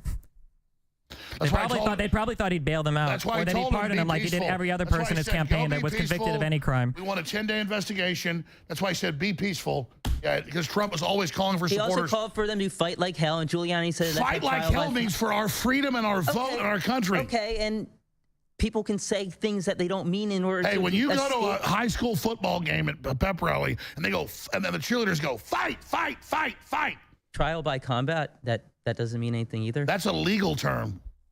I think the thing that's most instructive, legally... the things that's most instructive to see what Donald Trump wanted to happen that day is that when he sat down and he watched the violence unfolding on TV, when he saw the people fighting with cops, when he got notification that Ashley Babbitt had been shot, Donald Trump did not take steps to stop the violence that day. Instead, him and Giuliani made phone calls to senators and congressmen trying to get them to stall the vote. What do you guys think ethically about people in politics telling people to go fight? Do you find it to be misleading? Look, we're not a neutered population. I mean, I have Democrats, during the impeachment for this, they shut it down when finally Trump put a 5-minute video on of Democrats saying, attack them at grocery stores, attack them at gas stations, attack. We need civil insurrection. What do we think about the term battleground state? Yeah. You know, it's... The problem is not typical political rhetoric. It's the context. It's not. Go ahead. Nobody is upset because Donald Trump said fight like hell. People are upset because for months or years, really even in 2016, Donald Trump has consistently attacked and undermined the electoral process with absolutely no good reason. No, it's the Democrats no said he was a Russian agent. And the Democrats falsely said he was a Russian agent and sick the deep state on him for the 4 years of his administration. That every single appointee that he made, all of his own people were part of any evidence Trump's a Russian agent? No, but that's why he wasn't convicted or charged of any crimes for it. They were the ones saying that the American voters charged with were crimes for being a Russian by agent? the Russians. Was he they charged? were the ones saying, Alex, was he charged for the crime for that? Hillary is was he charged for the crime for that? They tried. They tried. Wait, but the kangaroo courts, why didn't they just charge him falsely? They haven't charged him for insurrection. Wait. Why did Jack Smith get to indict, but not for Trump is going to steal the election? Why didn't he get an indictment? Is Hillary saying Trump's going to steal the election? Why is Hillary saying Trump's going to steal the election? Why is Hillary saying Trump's going to Why wasn't Trump indicted? Why is Hillary saying Trump's going to Guys. Why is Hillary saying Trump's going to steal? I'm about to stand up, just so you know, and that would be good TV. But I'm not going to do it. Well, he won't stop, Alex, and I will dominate. What we need to do, and you don't answer questions. Guys, what we need to do. No, I do answer questions. Listen to me for a moment. We are. that we don't speak over each other. What we do is we listen to each other, take turns. It becomes way better. Well, I have a question for you. I agree. Well, can I finish my statement here right to the end? Is it okay that Hillary is on TV this week 3 times I saw saying Trump's going to steal the election? Hillary is Why is she allowed to? Rent free in your head right now. The problem with Trump's speech. The problem with Trump's speech. Why can Democrats say it, but Republicans can't? You keep trying to change the subject. I'm not changing the Hillary subject. shouldn't be saying that. I agree. Hillary shouldn't be saying that. Who is she? She's a private citizen. But I think you're allowed to say people are going to steal election, whether you're right or wrong. That's why Trump isn't being charged for it. Trump, you said it yourself. He's not being charged with incitement. He's not being charged with insurrection. But that has nothing to do with him saying a particular thing. Did Joe Biden? Joe Biden try to get the votes certified for Hillary Clinton? Did Hillary Clinton try to force Joe Biden in 2016 to certify the electoral votes? No, because they knew the landslide was so big. The Biden had a pretty big landslide. Wasn't Biden's landslide? Wait, hold on. What do you mean the landslide was so big? Didn't Hillary win the popular vote? Hillary won the popular vote. And Biden won by more. No, the landslide. The narrative collapsed right before our eyes. So Trump didn't win the 2016 election. What? Trump didn't win. No, which one? But 2016. He didn't win the popular vote. Well, with Russian help, right? He didn't win the popular vote. No, from the evidence I've seen, he had a huge landslide. They tried to steal it with illegal alien voters, but it's still Trump was so big. We're not all privy to the election that exists in your head. I know. The There's no voices that illegal talk aliens. to you don't give us the same type of information. The rest of us on Earth don't get information beamed down from the mothership. We got to go by what people in reality say. I'm so sorry. Here we go. People know you're wrong. The states with the illegals are getting more. California just got 6 more congressional seats. Stand up, Ian. Stand up. We need you to come up and rise up. There it is.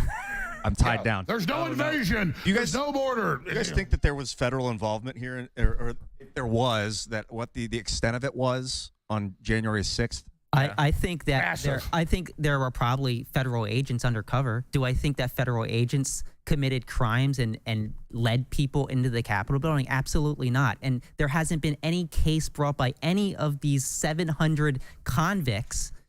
None of them brought that up in court. Because they're being prosecuted in the District of Columbia. Because there's no evidence of it. No, I know the lawyers. Absolutely no evidence of it. They won't let them put defenses on. Let me tell you something.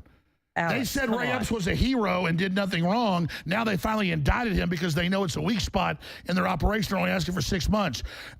Let me tell you, we're not playing clips for tit for tat here, but I want everybody on X to get these statements and put all the clips of women putting onions in their eyes and the cops fake arresting people and high-fiving and saying, I'm a federal agent, I just helped run the attack.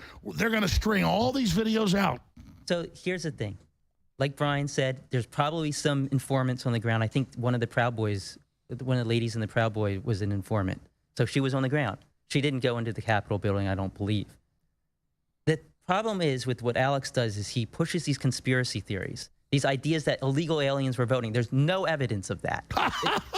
I think the illegal alien voting thing is what's happening is they're coming in and then they're being counted in the census, which then adds more electoral votes. Okay. It gives more congressional districts. That's fair. That might be happening. I haven't researched There are indictments all over the country. Voting. They're not voting. Indictments of illegals everywhere voting. Got them again. Hit them hard. Hit them hard. They're not voting. They're not Alex, voting. that's a conspiracy theory. Like 2 people, maybe 5? A bunch of cities have passed laws where illegal aliens can vote. No, they haven't. No, not in the federal elections. No, but the illegals are voting in elections though? Not in the federal ones. So I know that some cities try to have them voting in like local matters. I don't know how many of those are successful. Illegal aliens shouldn't be voting, okay? But they're not. They're not voting in federal elections. I don't know why you would care, though. Why would you even care? Conspiracy I don't know why you would care about. There are going to be 100 million views of you guys. X is going to eat you guys alive. I'm glad. I can't wait for it. I don't know why you care about illegals voting when you think Trump can just flip the whole election anyway. Who cares? If you can just ask Pence to throw it all out and do whatever. I never said I thought Trump could flip the election. Oh, do you think it was okay when he asked Pence to do it? I already told you 5 times. I think that was a bad theory. I didn't say it was a bad theory. Do you think it was allowed? Do you think it was an attempted coup? Do you think he can ask the vice president to unilaterally determine the outcome of the election? No. Trump was exploring every option. The main thing he wanted was a 10-day investigation. No, Trump wanted Pence to throw out the election to declare him the winner. Imagine if Trump would say, like, I don't believe Joe Biden can be on the ballot. Imagine if federal judges... And that would go to court, and the courts can decide that, What would Republicans be doing right now? Biden hasn't said that. Biden hasn't said that. States if Republicans Trump spent 4 years saying Obama shouldn't go on the ballot. I mean, what do you want to say? If Republicans were trying to take... You say... That the Supreme Court decide. Depends on how they're trying to do it. Even this conservative Supreme Court, I'd say let them decide. Let's bring Glenn Greenwald. Yeah, we should. But Darren, you've been Don't Republicans have an impeachment committee right now? What are you, Darren, what's on your brain right now? Isn't that trying to remove? Looking at you thinking. Well, I can attempt to answer the question about federal involvement because my reporting at Revolver News is largely responsible for changing the national conversation in that direction. And notice they first threatened to sue you. I'm going to leave it a minute. Take a piss. They first threatened to sue you. Now they've indicted Epps. You've been vindicated. Yeah, in fact, I have a video. This is about Ray Epps. You just mentioned, Alex. It's clip number 3, and it's about 25 seconds long. We're going to play this, and then, Darren, I want to hear what you're about to say. Okay. Tomorrow, we need to go into the Capitol. Into the Capitol. No! Peacefully. Fed. Tomorrow, I don't even like to say it because I'll be arrested. Well, let's not say it. We need to go. I'll say it. All right. We need to go in. Shut the fuck up, Boomer. To the Capitol. Well, wait. Ray Epps didn't do anything because he said peacefully at the end, right? We can move past him. He did say no, he said go into the Capitol. But he said peacefully.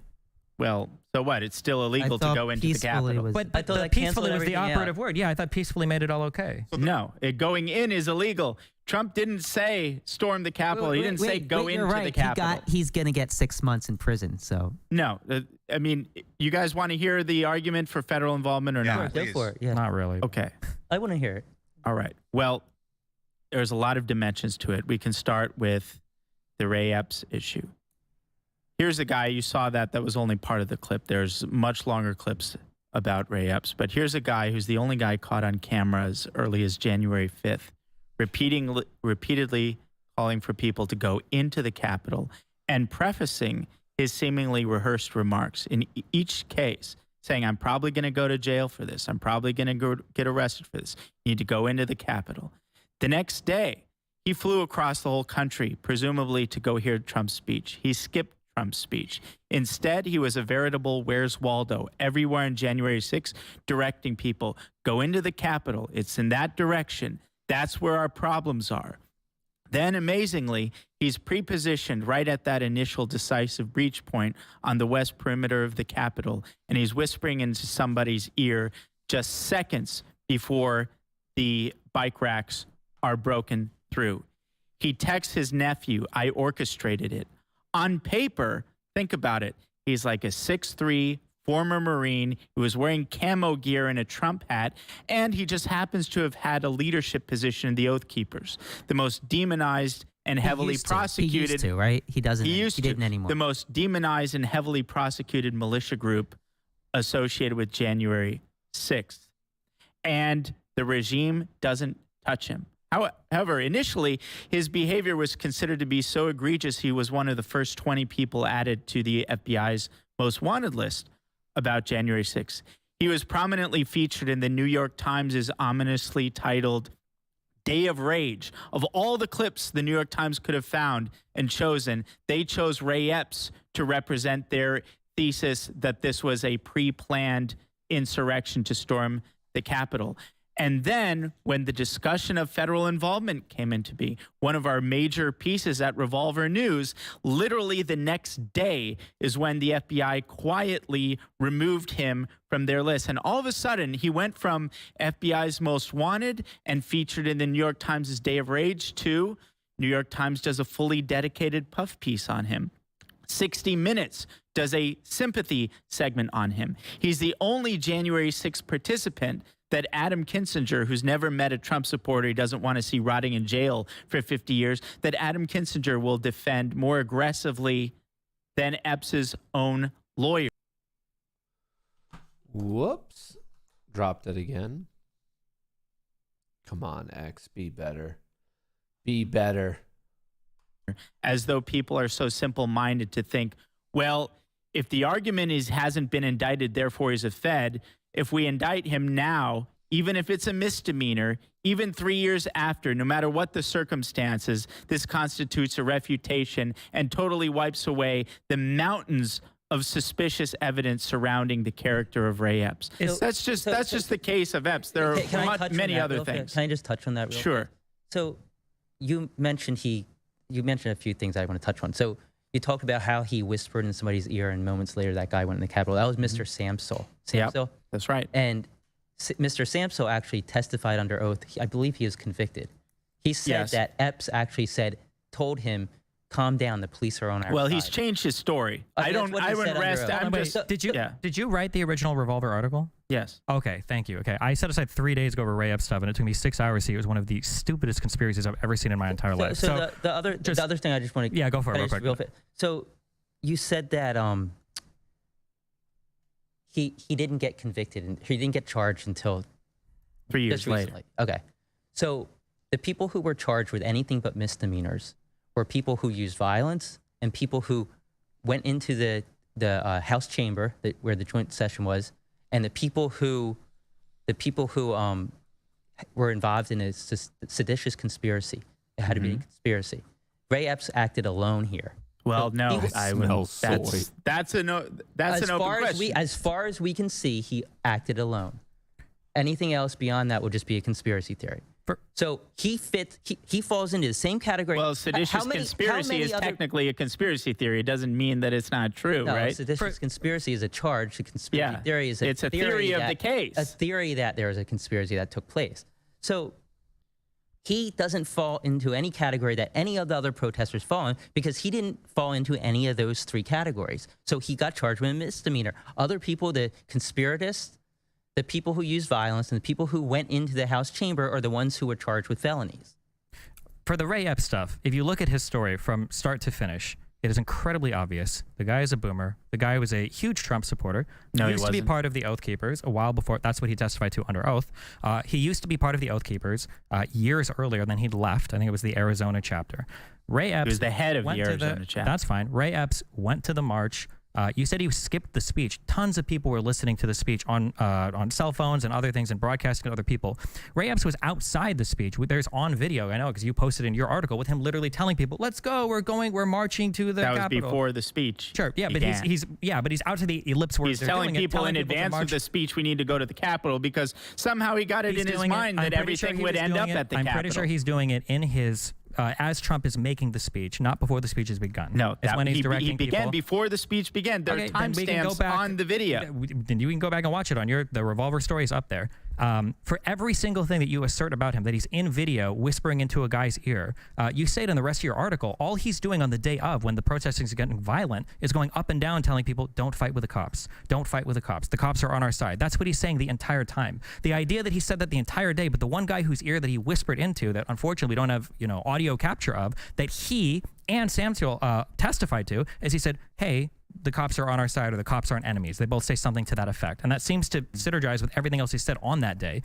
You go on to say that guy immediately after was the one that broke down the fence. No, he's not. You can see like 15 people right next to him. Pause that for 1 second. This is kind of crazy related to DOJ as well on the same day. And what happened inside of the building. Subject. An important note when it comes to our prosecutions about those who remained outside the building. We have used our prosecutorial discretion to primarily focus on those who entered the building or those who engaged in violent or corrupt conduct on Capitol grounds.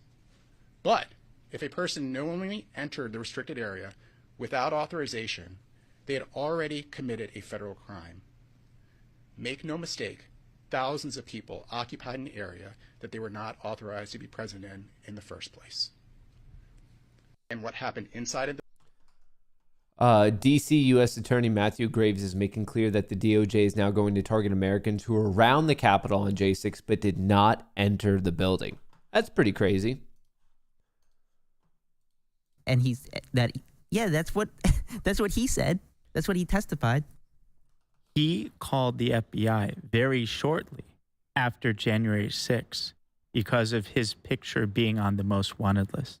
He wasn't taken off the most wanted list until the middle part of 2021.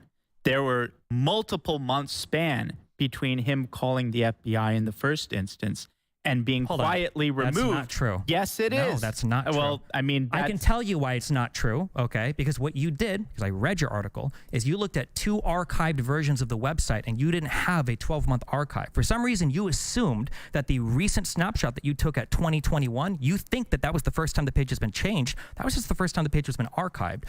I don't think the FBI has made a statement on it, but what Epps testified to was that he either saw a video of himself or a friend saw a video of himself or a friend saw him on the list where people were, and then people were making videos, and then he called the FBI and he said, hey, I need to talk to you and this is what's going on. If he was a Fed, why would they remove him from the list when everybody's clearly looking at the list? He was like one of the only people removed. Why would senators be defending him so vigilantly? Why wouldn't... That's a great question. Why was he quietly removed right when the question of federal involvement became a major part of the national conversation?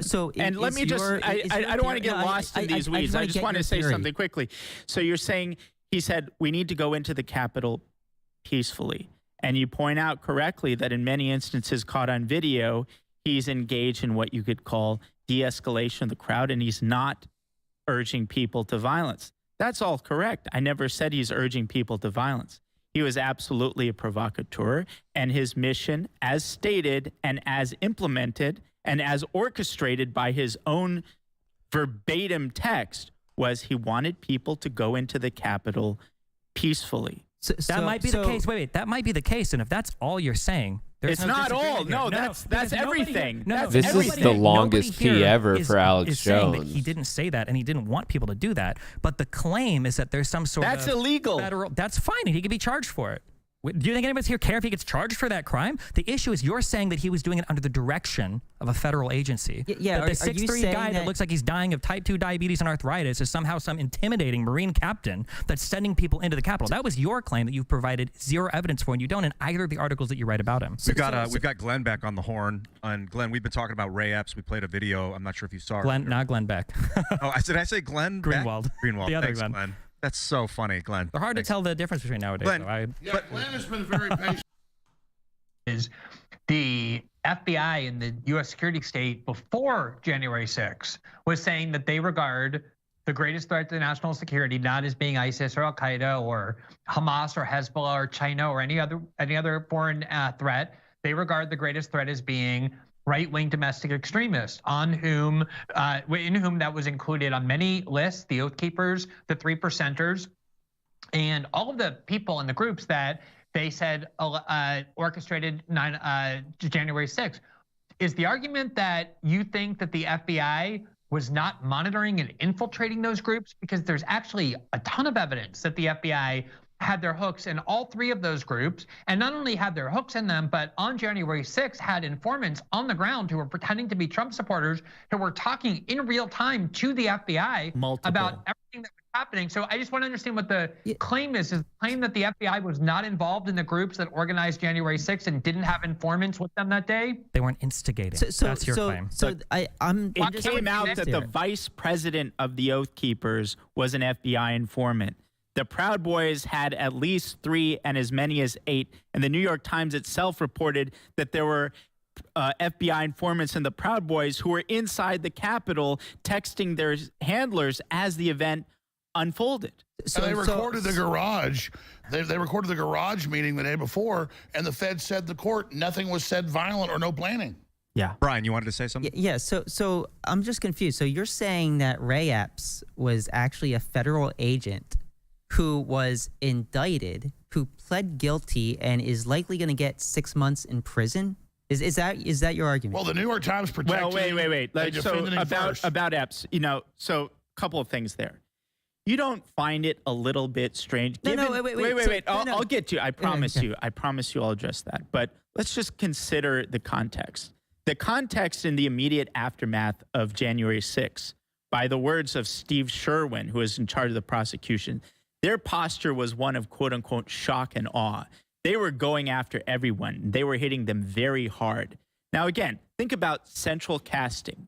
On paper, Ray Epps, he's the 6'3", former Marine in camouflage gear with a Trump hat, the only guy caught on video as early as the 5th telling people to go into the Capitol, who's there on the 6th directing people to the Capitol, who's right there pre-positioned at that initial breach phase. And this helping ram signs. Exactly. And he happens to be a former head of the Oath Keepers. And you're not telling me it's bizarre? Wait a second. You're not telling me it's at least a little bit bizarre that of all January 6th participants, he's the only one who gets a New York Times puff piece. He's the only one who gets a 60 minutes sympathy segment. He's the only one that Adam Kinzinger will defend. So are you saying that New York Times is now working with the feds, working with Ray Epps? 100%. Yes. No, as a matter of fact, the question yes. is, why do you think? Wait. Why do you think they all wrote those articles? Why did they say there were WMDs in Iraq? Because they're told to. So going back. Why did they write those articles? Why don't you say that part? Why did they write those articles? I want to address your question directly. You're saying if he were an asset, and by the way, I'm not definitive in the sense that, I don't think he was working directly for the FBI. I don't even know if he was directly working for the federal government. He was an asset. He was acting on behalf of a third party. He was not an authentic actor on that day. That I will say with a great deal of confidence. But wait a second. It's a victory. Let me say one thing. I've been gone for 10 minutes. It's a victory. They went from saying he's an angel, CNN, MSNBC, New York Times. He's perfectly now. But because of pressure, they've been forced to indict him. Alex, quick thing on that. The criminal complaint acknowledges that he engaged in quote unquote felonious behavior. But among the mitigating factors that they cite is, this poor guy was a victim of all these conspiracy theories, which is pretty remarkable. He was, though. He was. I want to address. They didn't do that for any of the other people. Why don't you answer? Why were people? Why were people writing? I want to just quickly answer the question about your question. Basically, if he was an asset, why did they go after their own asset? Why would they indict their own asset? That happens all the time. In fact, that's almost the norm. That ultimately, when the assets, when they have undercover people, they'll indict them just as a cover. When the assets become liabilities, they indict them. In fact, we don't have to go too far into the past to get a case of that. There is the Michigan Fednapping case, or the Michigan kidnapping case, where there is the informant, Steve Robeson, who was a over decade-long informant, who was part of the entrapment scheme in Michigan case with striking parallels to January 6th, by the way. And he, when he became inconvenient, was indicted by the government. There's so many breaking cases. the law, for actually breaking the law. We need a better argument. I want to get my point in really fast. I haven't been able to get my point in. So you're saying that Ray Epps is a federal agent. Well, I didn't say that. I said he was acting on behalf of a third party. He was an inauthentic actor on January 6th. Even though there's no evidence of this. And then you're saying he's turning around and he's suing Fox News for defamation, which is going to open up all sorts of cans of worms with discovery that he's going to have to provide legally in front of a court. You think that if he was a federal agent, he'd be suing Fox News for defamation? They know they control the jurisdiction, but he did say in a text message that day during it, I orchestrated the attack. You think he's going to sue for defamation? He's going to sue for defamation. He was bragging to his nephew that asked him if he was there. And he said, I orchestrated it. He said, I orchestrated it. To his nephew. To his nephew. Why would a federal agent text such incriminating evidence to his nephew? Why wasn't he indicted before? We made him the centerpiece. They had congressional hearings. He was all over the news. They were forced to do it thanks to Tucker Carlson and Professor Darren Beatty's work. Wait. Why do you trust Tucker Carlson when he said he lied to you? Tucker Carlson said Sidney Powell was crazy. Tucker Carlson left Fox News because he didn't believe the election fraud claims, that he was being forced to push on TV because of Trump. Why would you trust Tucker Carlson of all people? Tucker early on thought it was wrong. Now he says he was wrong about that. Now he says he thinks the election was crazy. So when the lawsuit goes away, when his lawsuit goes away, the answers change. Listen, whether you're right or wrong, you have a right to question the elections. The Democrats do all the time. No one wants to take that right from you. Brian, you were saying? Yes. Can I say something here? Because I think Glenn Greenwald. Glenn, go ahead. The whole context for this conversation is, again, I mean, you just keep going back to it because it's so easy to see. People have this idea of the FBI like, they don't do this sort of thing.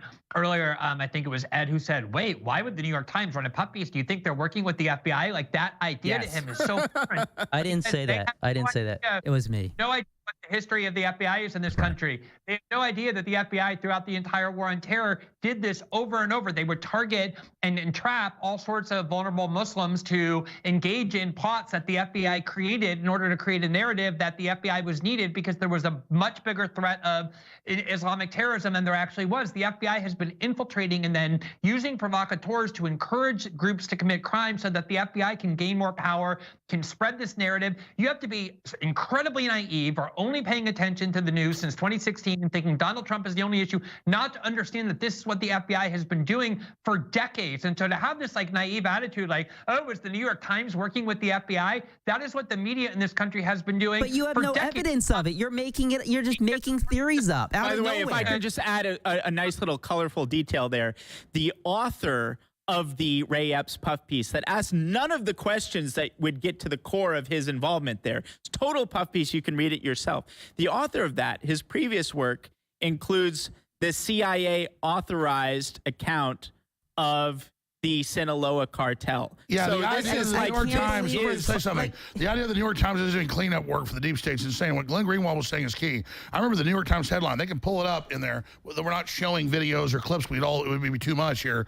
I remember the New York Times headline like 15 years ago, 97% of Islamic terror plots were hatched and run by the FBI. That was the headline. We're getting so far including away from the first point, World though. Trade Center bombing, by the way, which is... Alex, just one really quick thing. You said Ray Epps was one of the last to be charged.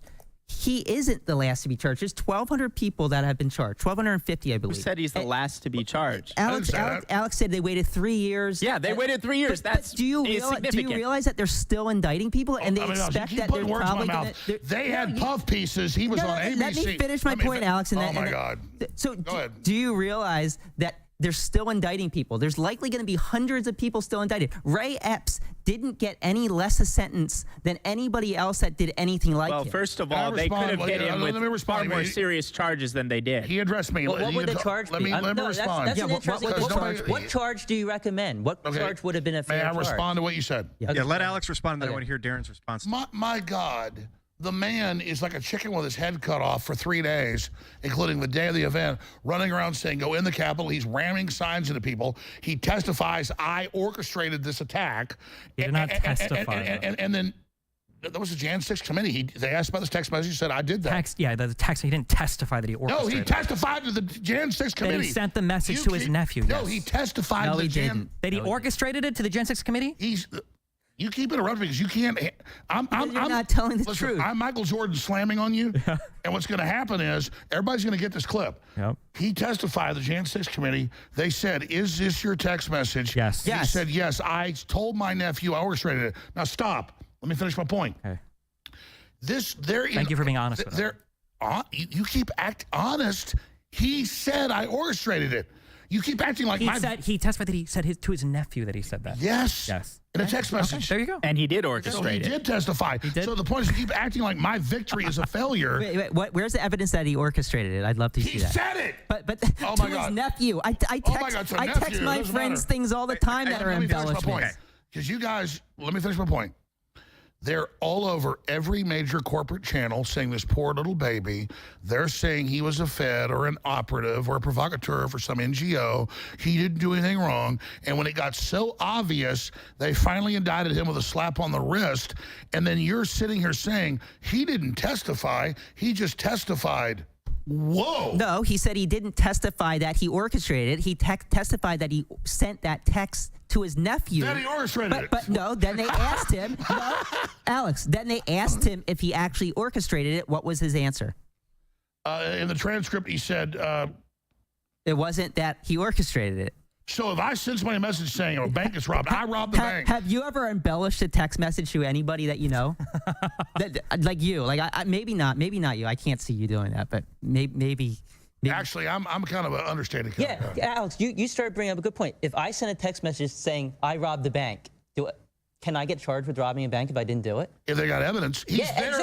Exactly. They need the evidence. And it's not like he's there saying go into the building. They need it's the not evidence, like he's there saying go into and ramming signs. You're right. He's not there saying go in for 3 days. He's not there ramming signs. You're right. Ray Epps is innocent. He's not there ramming signs. Can we get back to my question? Not innocent. You asked a question. So my question. You guys are indefensible. My question is, what should Ray Epps have been charged with? What law did he break that instead of what he was charged with, I think, was obstructing the proceeding? Let me respond. No, he was not charged with that. That's the interesting thing. He was charged with what? He was not charged with obstruction of an official proceeding, which would have been a very easy charge and a fairly typical felony charge given to... Exactly. So wait, let me answer this comprehensively. So first of all, it's extremely strange given how conspicuous and egregious and concentrated his behavior was, that he somehow was able to avoid the obstruction of official proceeding charge, number one. Number two, there are even more serious charges they could have given him. In fact, in the series of videos that we put out, there's one specific exchange he had with another guy. He said, when we go in, leave this here. We don't want to get shot. The when we go in, leave this here, he's referring to that individual's bear spray.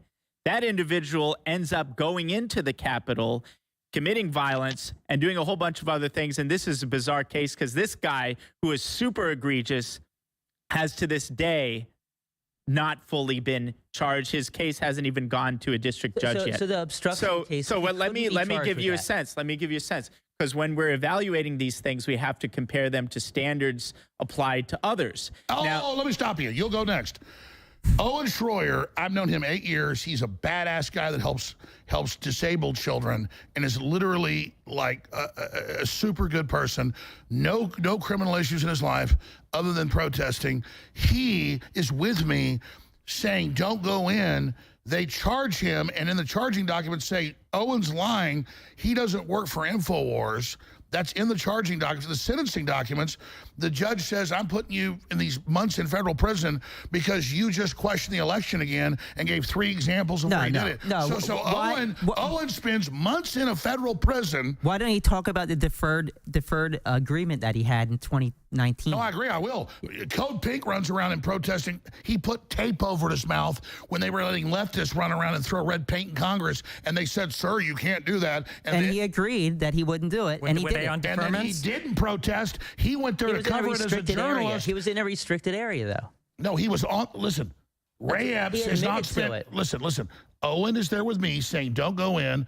He agreed he would not protest. He was there saying, don't go in the Capitol. And you're not going to defend him going to prison. But he pled guilty to everything that he got charged with. Because it's a rigged D.C. court. Or he. Oh, you laughed because that happened to you guys. Or you could explain. It's funny because, like, the problem is on our side. We've got testimony under oath. We've got judicial rulings. We've got jury trials. We've got full videos. Not 15-second clips. Got the video. We have all of these. We have all of these pieces of evidence. And you say I can't finish a single statement. Yeah, let Stephen continue. Yeah. The problem is. Let me tell you something. My reporter deserves to go to jail for being there and trying to keep people going to the building. He had a deferment. He pled guilty. Yeah, he did it. What do you do in a rigged D.C. court? Fight your case. Yeah. Oh, yeah. Innocent fight. If you have evidence that you're innocent, fight. But there was no evidence because he broke the agreement that he signed, and then he pled guilty and said, I broke the agreement that I signed, and agreed to the sentence that the sentencing guidelines. And Trump shouldn't be able to run for office. Also, this entire argument has been you, again, arguing for an insurrection, for rebellion. All we have, everything we have over here is actual testimony under oath, actual judicial rulings, actual rulings by judges, actual rulings by Supreme Court. I can't finish. I have to be able to finish. I got to be able to finish. Well, I got to be able to finish. Yeah. Okay. Yeah. We can provide these arguments. We can provide the evidence. We can provide the testimony. And all you do is go, oh, well, I don't trust the courts. Oh, well, I don't trust statements made under oath. Hasn't the FBI done this in the past? You can skirt by providing hard evidence. I got to be able to finish one thing. You know how much a criminal... You can skirt by. You can skirt by on providing any hard evidence for literally a single claim that you've made today. There hasn't been any evidence provided to support any of the claims made today. And you are hand brushing away every single other claim that's made, literally testified under oath by people that were loyal to Trump, by people that Trump trusted over and over and over again. And at the end of the day, like, what could you possibly be advocating for besides an insurrection? I can't even finish a thing. I think it's because when I talk, you get really afraid. No, I actually respect. I appreciate that. You just said, I understand. Okay. You just said, when I defended Owen, you just said, here you are advocating for insurrection again. Exact quote. A guy saying, don't go in the Capitol as a reporter, and you don't even stand up for the First Amendment. Or you don't trust the court? Do you trust the courts? I don't think most Americans do, and that's when you have real revolution. If you don't trust the court, real revolution. What do we do in a real revolution? Hey, listen, we're not trying to go there right now. We are there right now. We just were. It's January 6th. Listen, if there was any time to go there, don't worry. Don't touch me. Listen. If there is one, where would you? If there is one, you're going to lose. Sure. Buddy. Okay. We'll see. Okay. Didn't like 4 people dying on January 6th from obesity and meth? If these are the people we have to fight, I think we'll be okay. Ashley Babbitt, you're dehumanizing her? Was she on meth? I don't think she was one of the 4 that died from meth. She died from the gunshot. No, did she deserve to be shot? She was trying to climb into an area where federal agents were saying, if you climb in here, I'm going to shoot you. Federal gods? Federal If it was gods? your house, I'm sorry, would you do shoot federal them? agents not have the right to shoot So people? would you have pulled the trigger on her? You like that? If I was one of the federal agents there and I thought it was appropriate to do so, job yeah. is to You watched that video? protect. Their job watched is that to video, yes. protect You the watched that people video, you inside. like that? Do I like that? No, you guys were the ones cheering on the other side of that. All right, I think I was cheering we got on a her. little You derailed. guys were cheering talking for it the about- entire time. Talking about Owen, we You're got a sick little. Wait, I want to know, what do we do if we don't trust the courts? We You're don't a trust sick the courts. We person. don't trust the president. Hey, we does don't Julian trust. Assange deserve to be in prison? What? I'm not here to talk about Julian Assange or You the wanna rest of your put- friends, okay? Tell me, put what do we you do wanna if put we don't journalists in trust? prison. There's a reason he won't answer the question. The reason why is because he answers No, rebellion and your insurrection. questions The are reason fake. why they Something marched you're saying saying. Yeah, we're gonna get back. I talked. We about are Owen. going Let's to get get straight. back to. I talked about Owen, who was there peacefully and said, "Don't go in," and he said, "You're defending insurrection." Everybody's going to play that quote. That's not true. Okay, I think, and you know what I agree. I think claiming that that is a defense of insurrection is different. You were defending maybe Owen. Yes. Okay. Now I want to get back to Darren because there was a question that was we took a tangent, and also Glenn, I think you look like you're about to say something. So if you wanted to speak first, Yeah, let Darren go ahead first on just to close the Ray-Epps thing, but I do want to say something as well about what I've been hearing.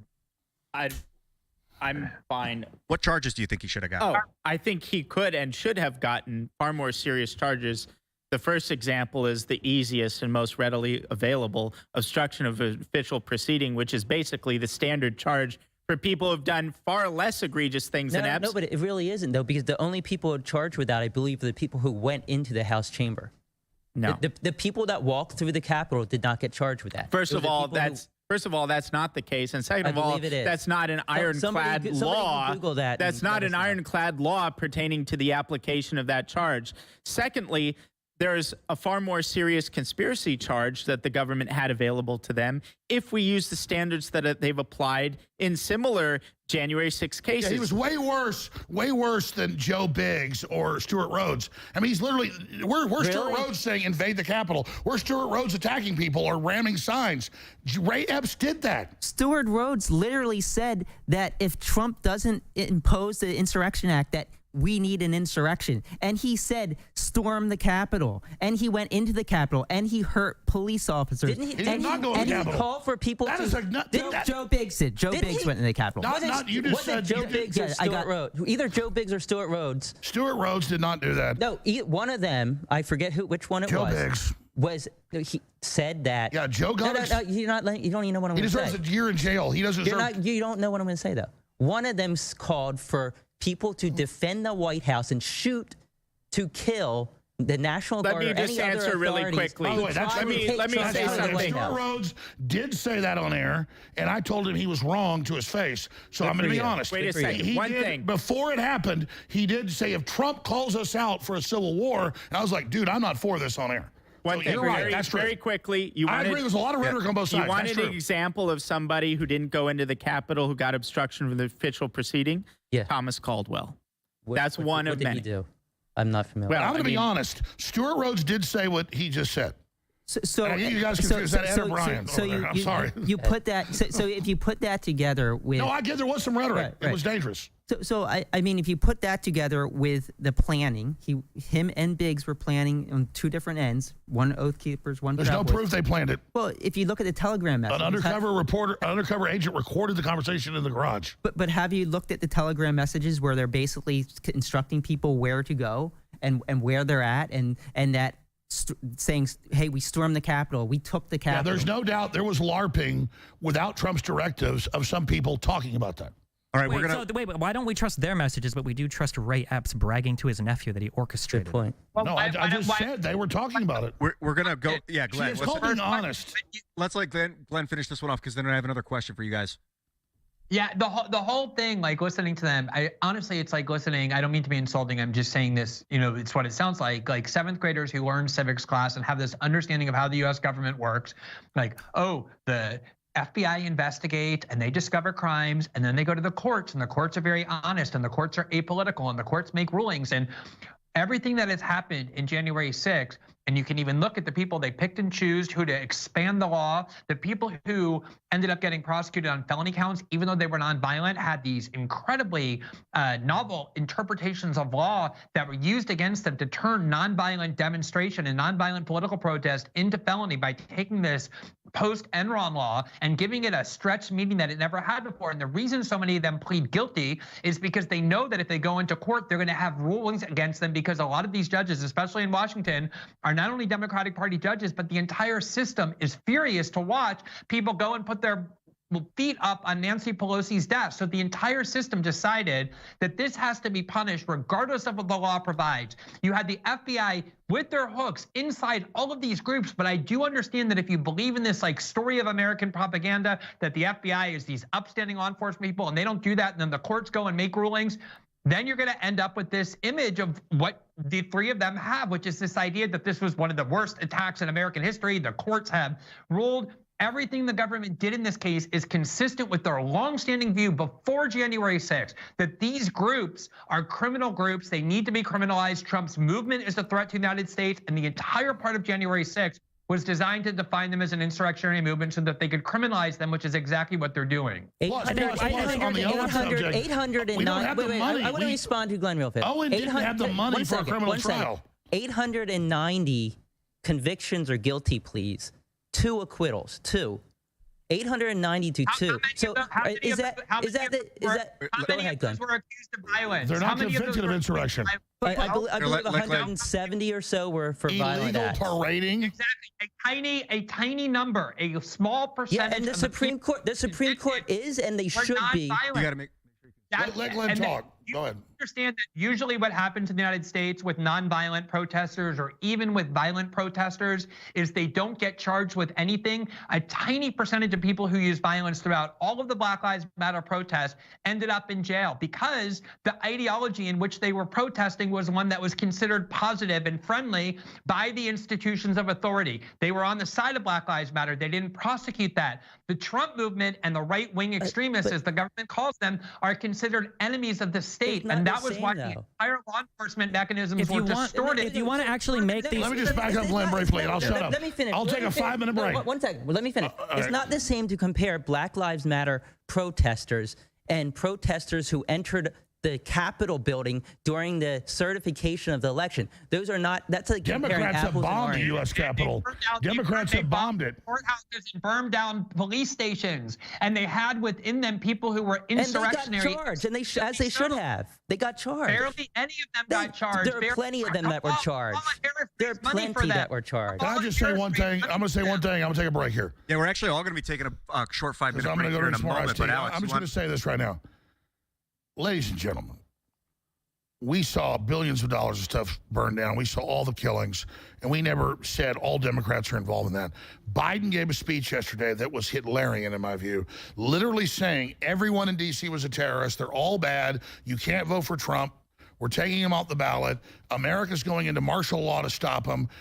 Our republic is in danger. I got the transcript right here. Yeah, what quote where he says that? Everyone in D.C. is a terrorist. That's a Biden direct quote? No, is that Hunter Biden or Joe Biden? I know you love Hunter, but the point is, that this was a hysterical diatribe. This is dangerous. So, Alex, what if instead of the Capitol is the White House and there's thousands of people at the White House fence and they push through the fence?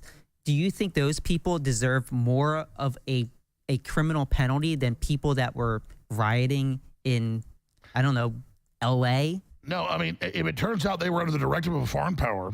It was just a bunch of Americans. Did they kill a cop? It's the crime they commit. If a bunch of Americans, when Trump was in the White House, stormed the White House fences guns, with weapons, and made it past, like Ashley Babbitt got shot? No, made it past the fence. The Trump supporters shot Ashley Babbitt. Okay, made it past the fence, and they were at the doors of the White House. Do you think that they would act? When Trump asked for the National Guard to stop that, Milley said no. Trump didn't ask for the National Guard. He didn't ask for the National Guard. Milley's on record saying, I threatened to resign if Trump puts troops. That wasn't January 6th. That was weeks before. You just said about the White House. Yeah, but nobody. See, I'm giving you specifics. Nobody was actually. I'm giving you specifics. Did anybody cross police barricades into the White House? You know what I saw was the police, after a little bit of a fight, open the doors and wave people in, and a bunch of them. They didn't wave people in. Oh my God! Everybody, get the footage.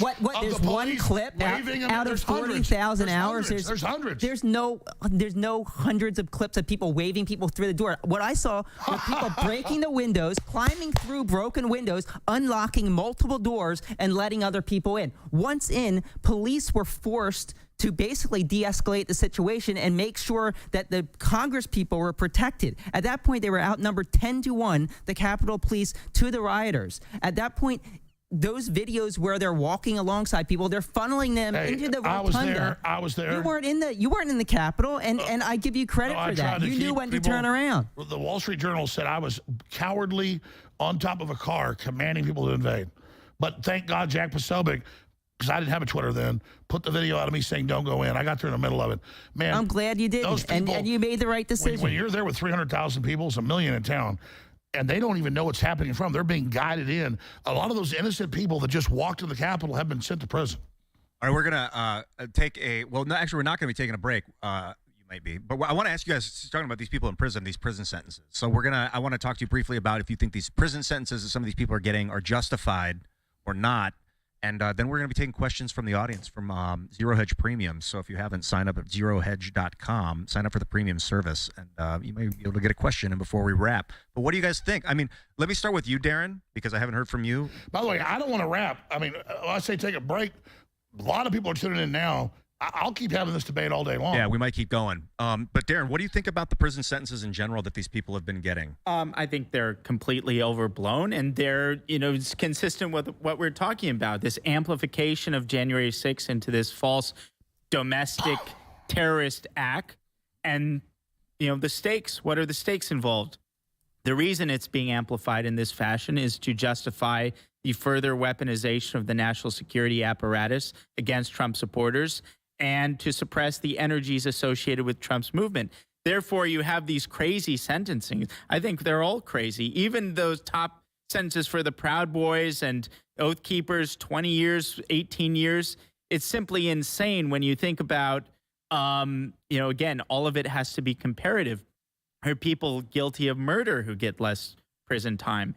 And the self-described, self-professed posture of the DOJ in the immediate aftermath of January 6th is one of shock and awe, which ominously but kind of unwittingly, accurately recalls the Iraq War and the war on terror. This is not an accident. It's very fitting that the Department of Homeland Security is the tip of the spear when it comes to this repurposing of the national security apparatus. It was the Department of Homeland Security that said white supremacy is the #1 national security threat, and by white supremacy, they mean Trump. All of these people have also said January 6th was a white supremacist insurrection. Hillary Clinton has said that MAGA is a white supremacist slogan, so that helps to contextualize and clarify. And all these movies are coming out. What they mean when they say white supremacy is the #1 national security threat. And so basically, these people, even the people who committed illegal acts, are in effect political prisoners because of the political context of these prosecutions, which are vastly overblown and could only make sense within this political context of the weaponization not only of the national security state, but unfortunately now also the legal apparatus. And let's go on the line with Glenn again and then all you guys. But I just want to say something. This is important, folks.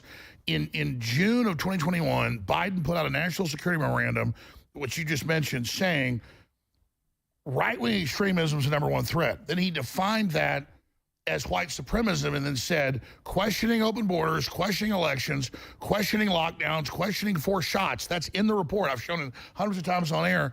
Literally declaring the people enemy. Then he gives a speech with this red background with Marines.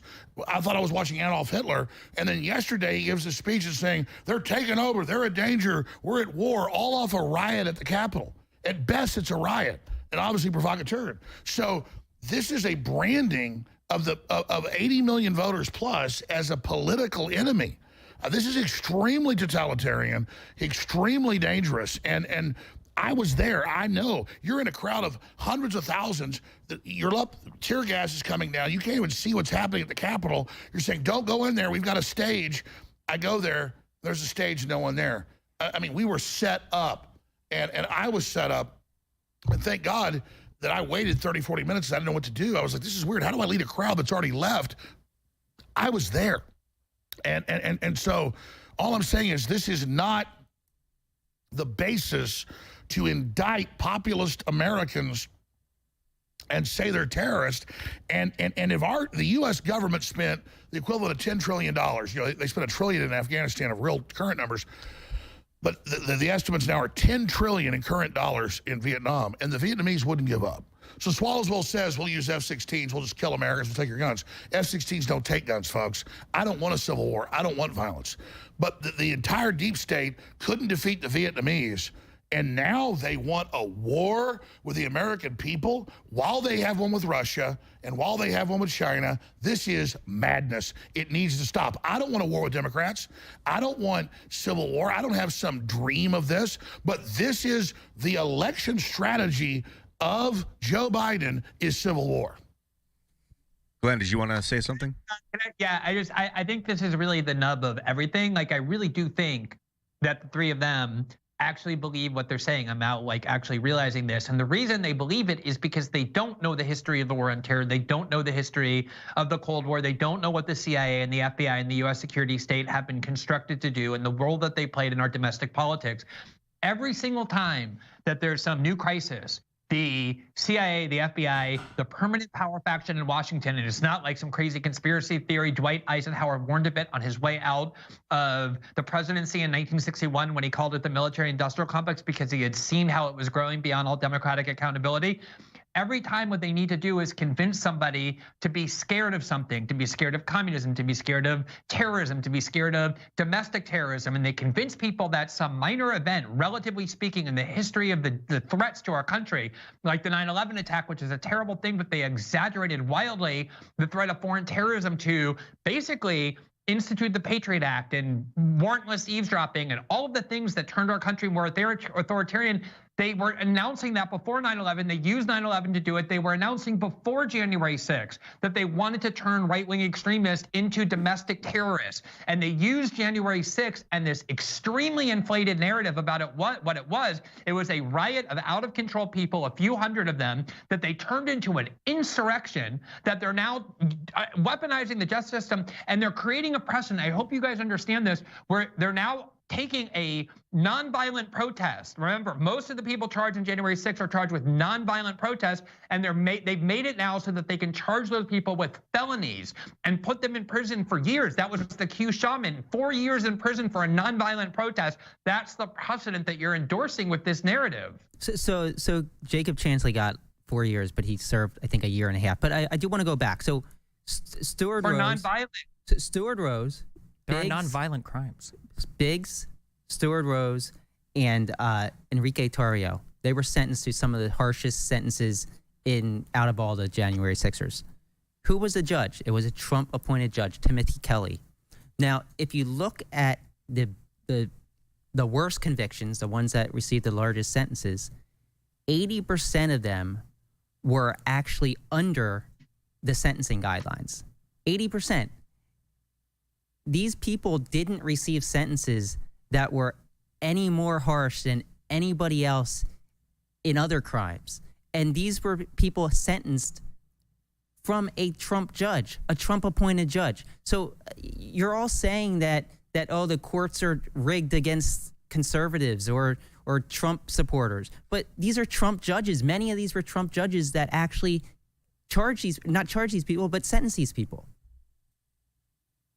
I think that if we want to talk about knowing history and understanding history and contextualizing history, I think if we want to run with that argument, then we need to do real journalist work while we do it. It's not enough to say the FBI or the CIA has done this 10, 20 years ago and then blindly assert it every single time it happens to fit whatever political narrative you want to tell. If you want to tell a story, the person telling the story needs to find evidence to support it. Sure, if you want to say the FBI or the CIA or any other domestic agency has been involved in spying on Americans or doing bad things, that's fine. We all know that it's happened. That doesn't mean that you don't have to find evidence in the future of it happening. And so far, there is no evidence of it happening on January 6th. As many times you want to throw around the follow politics before 2016 or whatever, well, we're in 2024 right now. Find some information from today or find some information from January 6th to today. It's not enough to just keep appealing to the past and pretend like that's going to do your homework for you and that somehow you can make all of these accusations without having any real evidence. As far as this claim of like there are novel uses of charges or people don't do charges like this, as was said over here, like most of the sentences have been within sentencing guidelines. A lot of these have been done with a Trump-appointed judge. The idea that these charges are novel or that people don't face prosecution like this there's some element of truth to that, but this is also a novel situation. We have never had a president in the United States try to resist the peaceful transfer of power like this. This has just never happened before. And you can keep screaming about Hillary Clinton, and you can keep screaming about BLM all you want and talk about the blown up fire stations and the congressional halls. The reality is that none of those situations were like this one. If you want to keep appealing to those and saying those people should have been charged with crimes, we agree they should have been charged with crimes. But to even do the whataboutism, you have to already concede that you are wrong on all of the merits about the current people you're talking about. Every single time we talk about Donald Trump, you go, well, what about when Hillary Clinton or Biden did it? Oh, okay, then you admit that Trump did? Because if you want to admit that Trump is guilty of every single thing that we've been accusing him of, which is what you're doing when you go, what about the other guy? Because it seems like you're just trying to appeal to hypocrisy at that point rather than the fact of the matter, then do that. Say, yeah, Trump did try to cite an insurrection. Yeah, Trump did fail. Yeah, it was a riot. I don't know why you keep saying it mostly peaceful. No, don't ask me this. Let me finish my one point one time without being interrupted by you. You came running back because you heard me talk. You had to interrupt me. I know you came running back and you were so excited for it. Okay? I don't understand this rhetoric of mostly peaceful riot. Yeah, it was mostly peaceful. A lot of riots that have riot aspects to them have a lot of peaceful people there. And a 10,000 riot, it's not always 10,000 people rioting. It might just be 100 people rioting or 1,000 people rioting. The reality was there was one event on January 6th at the Capitol building. That event was a riot. Okay, so let me just add some context here. Well, they had 3 trials in Michigan, and one of them, it was a mistrial, and they let most of them off another, and they finally got a few convicted. It came out in court that the feds went and found a bunch of basically homeless potheads, and just like Glenn was saying, the New York Times article, they were more accurate, 97% of Islamic plots were hatched by the FBI, including the first World Trade Center bombing, and they admit all that, and I've interviewed the people involved, Ahmad Salam, all of them, that knew they were going to do the bombing. He came and said, why have I cooked a real bomb? And they let it go forward. With Whitmer, the same team involved in January 6th from the FBI went and set these people up, and that came out in the mainstream news. Right. So we know this isn't, you guys were saying, we don't want to go back to 10 years ago. You know, I've sat there for 6-7 minutes, you know, out there smoking a cigarette while you're just going on and acting like you're being censored. You're like, there's no example recently of them doing something corrupt or bad. I never said that. It's a great example, Alex. If I can add some detail I said find J6 evidence. He said you can use No, Destiny, this is a great point. This is a great point that Alex is making. You don't need to go back to the original war on terror. You don't need to go back to the ample antecedents that exist going way back into our nation's history. Just go back to the Michigan case. And the parallels to January 6th are striking. Look, almost half of the so-called plotters turned out to be either informants or federal agents. One of those federal agents had to recuse himself from the trial because he's beat his wife on the way home from a swingers party. The second one had to recuse himself because he was moonlighting in his private security firm and leaking details of investigations in which he was involved. But in every single, it wasn't just that there were informants. Every active step instrumental to this so-called plot was undertaken by one of the informants or one of the agents. One of the informants, as I mentioned him, Steve Robeson, in the context of, does the government ever burn its own informants? Almost all the time. And how many of the BLM riots were instigated by FBI? What? How many of the BLM riots were instigated by our own intelligence agencies? Well, they had agents in there. In fact, one of the guys, Sullivan, one of the guys, Jake Sullivan, he had a very complicated relationship. Antifa basically excluded him because of his relationship with the government, and they thought he was a Fed. Absolutely, the Feds infiltrate BLM. Absolutely, they got excluded because of his relationship with the government. He got excluded because that guy was insane. Because he was screaming at people to do all sorts of violent stuff constantly. Nobody wanted to be around him. And at some point, they thought he was on video in the Capitol saying, "I told you we were going to stage it. I told you it was going to happen." Yeah, but again, for Sullivan, there's no evidence that Sullivan communicates with anything. You talk more than all of us. You guys. These guys haven't talked to them. Why is it that when BLM rioters, I guess you could say, aren't arrested as much as you want? Like, you know, you say the January 6ers were arrested at a much higher rate than the rioters. That's true. Okay. How come you don't say that? And much more property damage as a result of BLM. So here's the thing, though. Why don't you accuse those who aren't prosecuted for those riots of being federal agents? Well, in some cases, they probably are. But at that scale, it's hard to... Maybe they just have more there. How do you know? No. Like, if you want to go conspiracy theory, I mean, let's touch all the bases. But I mean, Michigan is on record. Can I interject? First, the idea, again, that for the FBI to be infiltrating these groups is a conspiracy theory. Again, it requires an understanding of the FBI that's childlike. And what Destiny was saying before is, oh, we're just using what they've done in the past and therefore concluding they must be doing that in the future. He just ignored all the evidence we've been presenting for the last 2 hours, including the fact that the FBI, by their own admission, had informants in all 3 of the leading groups that organized January 6th and were talking to informants on the ground at the Capitol on that day. Who is the head of the FBI? Who's the head of the FBI? Appointed him. It's okay.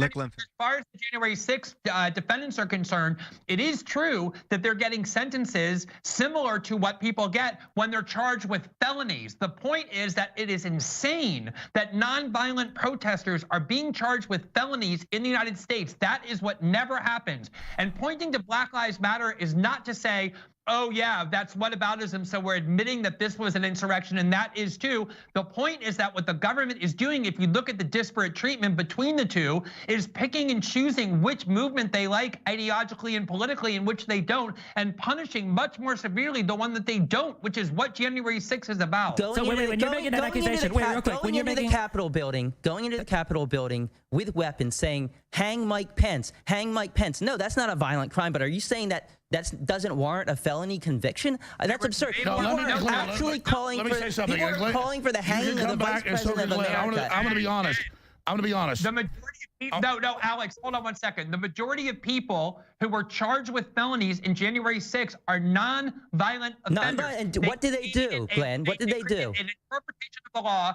They created an interpretation of the law that was enacted after Enron that was designed to criminalize accountants from obstructing fraud at the corporate level. Every single meaning of it to mean that if it's a nonviolent protest, any nonviolent protest now at the Capitol can be charged with a felony. You're glossing over the facts. You're glossing over the facts, Glenn. People get 6 month sentences. Hold on, I want to respond to Glenn. People get 6 month sentences for going in the damn thing, being waved in by police. That's on record. No, but here's the facts. The people who got the felonies were either violent, they were taking part in a conspiracy, or they went into the House chamber. Those are the people who got it. The people who walked into the Capitol building. That's not true. It is true. No, it's not. It absolutely is true. I just gave you a specific example earlier. Like 1 or 2 based on conspiracy. Give me the example. What did he do? Thomas Caldwell. He was not violent, and he did not go into the Capitol. He didn't go. What did he do? What was he charged with? What was his conviction? What was his conviction? What was Caldwell's conviction? Let's talk about. Did not go in the Capitol. Let's talk about Thomas Caldwell for a minute. And then also, real quick, to Glenn's point, keep in mind that when you're saying that BLM wasn't treated the same because of the government and how they, you're not just alleging the federal government at that point. You're alleging every single state government and city municipality that's in charge of arresting people are all on the same page in terms of unfair. Almost all of us in D.C. Wait, the feds are in charge of prosecuting everybody in every state? Thomas Caldwell was part of the seditious conspiracy. He was part of the conspiracy by the Oath Keepers. Let Glenn come in, and then I want to hear about That's why he got charged with a felony.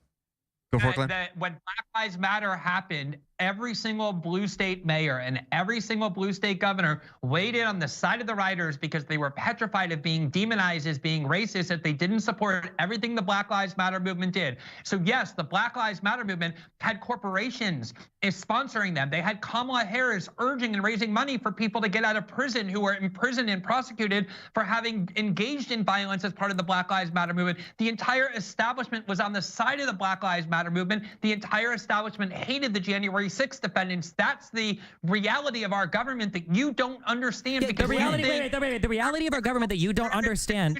The reality of our government that you don't understand is that police orders don't come down from the federal government or even from the governors. Policing is done at the municipal level. The idea that governors are dictating. The BLM riots are not all federally prosecuted. These are state crimes that are happening within states. That are happening within states. The idea that the governors themselves, the governors are dictating. The governors themselves are dictating the policing policies to all of these different departments. Where is the evidence of any of that? One message, one email, one memorandum, one thing saying don't arrest protesters. Don't convict them. Not a single shred of evidence. How much do you love the police state? Why do you suddenly love it? Just some stories, and isn't that weird? That's the most you guys have. The police isn't that weird? And got arrested by George W. Bush against why are we forgetting something? We're forgetting one thing, and that is that you can commit a crime, you can commit a felony, and it doesn't have to be violent. There's plenty of felonies on the books that aren't violent, including breaking into a federal building breaking through police lines and going into that federal building and going into the Senate chamber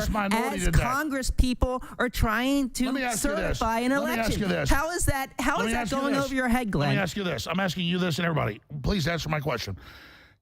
Is this as bad as Pearl Harbor, or is this as bad as 9/11? And all I'm telling you is this Biden announcement that currently the number one threat is the Trump supporters, and Trump must be taken off the ballot. You can punt to the Supreme Court, but they're literally trying to preclude Americans for voting for who they want. That's the election theft in our face. Why do we have to keep going back to that? Yeah, that's the third time that question was asked and unanswered. Yeah, who cares? I want to go to taking somebody off the ballot. I want to talk about Thomas Caldwell, and Darren, maybe you can answer this. Who is he? What did he do exactly, and what was he charged with? Seditious conspiracy. I mean, we don't need to get into that so extensively. I was just saying, here is somebody who is not violent, who did not go into the Capitol, who is charged with obstruction of an official proceeding. It's seditious conspiracy. Well, there was later a superseding indictment. That's a felony he was charged with. So Biden's entire campaign is January 6th. Not inflation, not war with Russia, not open borders. I mean, give me a break, man. We had 1 million+ people there. A few hundred got in fights with the cops, and you act like it's the biggest thing since It's a pretty big deal when a president tries to overturn a legitimate election. That's a really big deal. That's a really big. You had all your investigations, and you lost every single one. When you lose in court, you go to the next day. That's what you do. Remember in 2016 when all the conservatives said, well, you know what? If we would have lost the election, you know what we would have done the next day? We would have went to work. Well, here you are 4 years later, still crying about the outcome of the election. So if Biden's going to win by landslide, why are the Democrats not winning on the ballot? That's up to the Supreme Court to decide. Can I just say what my dream is? My dream is that Ed and Brian and Destiny have to actually live through a real coup so that they can then come back to the set and be like, oh my God, you know what? I'm so sorry for saying that what happened in the Capitol for 3 hours against the most militarized and powerful government to ever exist in human history got anywhere near a coup or an insurrection. A coup or an insurrection. Let me say this and I'll shut up. I will leave for 10 minutes. I will leave. Let me ask this one question to Glenn. I want you all to answer this. Humor me. I agree. Because Glenn is a really great writer. I really respect him and follow him for decades. Can everyone describe a coup to me? Because usually it's helicopters taking over media, killing the opposition, troops. And then you're claiming women with American flags and being waved in by police as a coup. So define to me, all of you first, and then Glenn and then the professor, what is a coup? Since this was the most devastating evil coup ever, a coup is when you enact a scheme to try to circumvent the peaceful transfer of power. Like Russiagate. No, they didn't take any action. They tried to remove him on a line. There's nothing illegal done there to try and remove the intelligence agencies censoring, putting out fake dossiers. Oh, that was illegal? The dossier was saying his election wasn't legitimate. Did they try to remove him? They took it to the Congress. Wait, hold on. You admit then that Trump tried a coup, and you think Russiagate was also a coup? Then do you want to do it? No, I don't agree. Trump did a coup. I'm asking you. I'm asking you. Like, do you know about Pinochet? Do you know about Hitler? Do you know about the attempted coups? What is a coup? On the merits. Hey, why don't you fight on the merits of the argument instead of doing the whataboutism without even owning that Trump did something wrong? No. Focus on Trump. Define me a coup. I just did. Did you not listen to it? No. Glenn, let's start with Glenn Greenwald. Glenn, you're a well-respected journalist. You look at coups around the world. What do they usually look like? I know. No, Destiny is now the incredible giant of journalism and the constitutional scholar I used to be, as Destiny said. But anyway, a coup is generally when people in power or people who are trying to get into power marshal the force of the armed factions of that country and use it to eliminate the legal process and take over. So, for example, if Trump had called in the military on his side on January 6th, or he had gotten the military to block people from trying to remove him from office on January 20th, that is always what we say is a coup. Nothing that looks like what happened on January 6th. The other thing I just want to correct, Destiny seems to have this like debate me sort of point that he thinks he keeps making that's so smart, which is when you say— Why does he waste so much time on catty comments? There must be something better for him to say. No, you're the one that does throwaway lines. All right, better for him to say. We're about to change gears. Let Glenn finish this thought, and then we're moving to our audience questions. Has done this little debate tactic like 8 times. I've listened to it for 2 hours. So if you say this person did this and it's wrong, and then someone else says, well, what about this person, this politician you love? He did the same thing. Destiny says, oh, you're admitting that both of them did something wrong. No, one of the reasons why you say things like the Black Lives Matter protest was never considered an insurrection is not to say that January 6th was also an insurrection and therefore you should treat the Black Lives Matter one like an insurrection. The point is to say the Black Lives Matter wasn't treated like an insurrection because people like Ed and Destiny and Brian love the Black Lives Matter movement because it's unaligned with their ideology. These are liberals who hate the Trump movement politically and therefore want to criminalize it. But pointing to other examples, I'm against all rioting, just to be clear. Isn't admitting that the one that you start with is wrong. You're just trying to show that you're not applying consistent principles when your ideology is. If that was the case, then when you're accused of defending a coup, then you argue why it's not a coup. That's how the argument works. If somebody says, I think that Trump engaged in a coup, one of the ways that you show that it's not a coup is by saying that the things that you like that are done that are far more insurrectionary are things you won't call an insurrection because those things done to advance. Glenn, I'm sorry. No, Glenn, that's called an appeal to hypocrisy. The way that you argue against something being a coup. You actually believe what why has Trump not been charged with it? Why have they not charged Trump with insurrection? You just say Jack Smith already said why. Go read some of his documents if if you haven't already. It's like the main Secretary of State. She says he's guilty. If you don't think it's a coup, then we agree on what the definition of a coup is. If we don't agree on the definition of a coup, which you said it requires military presence, I don't know if anybody would necessarily said. All right. Well, it's not going to get resolved tonight, although we have tried to resolve it. Why are we shutting this down? I'll go. We're not shutting it down. We're just moving to the next phase of the organization, which is let Destiny and Glenn finish his point because Actually, we're going to comments. I think this. Fine. If you want to shut it down, that's fine. I do want to shut it down. I want to move on. Okay. In fact, he's been instructed to move on, so that's what we're doing. By who? By who? By the producers of the show. Let's move on. ZeroHedge.com. I mean, we can, if you guys want to go in circles and yell over each other for another 10 minutes, I don't want to do it. I want to go to these comments. But I bet there was a 6'3" Marine, ex-Marine that told you to Thanks, shut it dude. down. Yeah. Thanks, dude. Shut it down. No, but I mean, listen. This is the heart of it. Coups are militaries seizing the telecommunications and the government institutions and killing their opposition. You could do lots of different If Trump was going to do that, I would be against. Trump did not do that. A bunch of fucking people being led into the Capitol is not a freaking coup, man. We have an electronic coup, you know. But let's go on. These are from ZeroHedge.com. From some of the premium users of the website have sent in some of the questions. This one's actually a question for what they call the blue team, which right now is going to be the three of you guys, Ed, Brian, and Stephen. The question is. The New York Times acknowledged that there were FBI informants in the Capitol on January 6th, and then they give a link to the New York Times article. Given the agency's history of entrapment, is it a stretch that some agents may have provoked the riot? And then there's a follow-up question. Why was law enforcement so ill-prepared for the insurrection, in quotes, despite the presence of informants? So the first part of the question is it a stretch that some agents may have provoked the riot? So informants are something the FBI has been using for years, decades. Is it illegal? No. They can do it as long as they do it within the legal means. If an informant is in the Capitol breaking the law, that doesn't mean that the FBI is behind it. Informants are also people who live their lives. Like, I could be an informant for FBI. I could go and murder somebody. That doesn't mean the FBI had me murder that person. So I think there's a lot of misinformation there that gets conflated with facts. Well, and number two, do I think it's possible that an FBI agent could have done that? Sure, anything's possible, but it put out the evidence. There isn't evidence of this. The whole Ray Epps thing, show us the evidence that he actually works for the FBI. He orchestrated it. He just said I orchestrated it. You're right. I robbed the bank. Come arrest me. Should I get arrested? I just said I robbed the bank. You're right. He just said orchestrated. You're right. Did Ray Epps say that he was an FBI agent? You guys are just coming to that conclusion. We're not saying he works for them. Probably. Random dots. If I had to guess, I'd say Southern Poverty Law Center. If Ray Epps set them up, why isn't a single other person there attested to that? Out of the if he whispered into people's ears, if he was leading breach teams, why didn't any of the arrested? Why didn't a single person come out? I'm asking why. I'm asking this though. The next reasonable question: why isn't a single person come out and testify? Because we exposed him.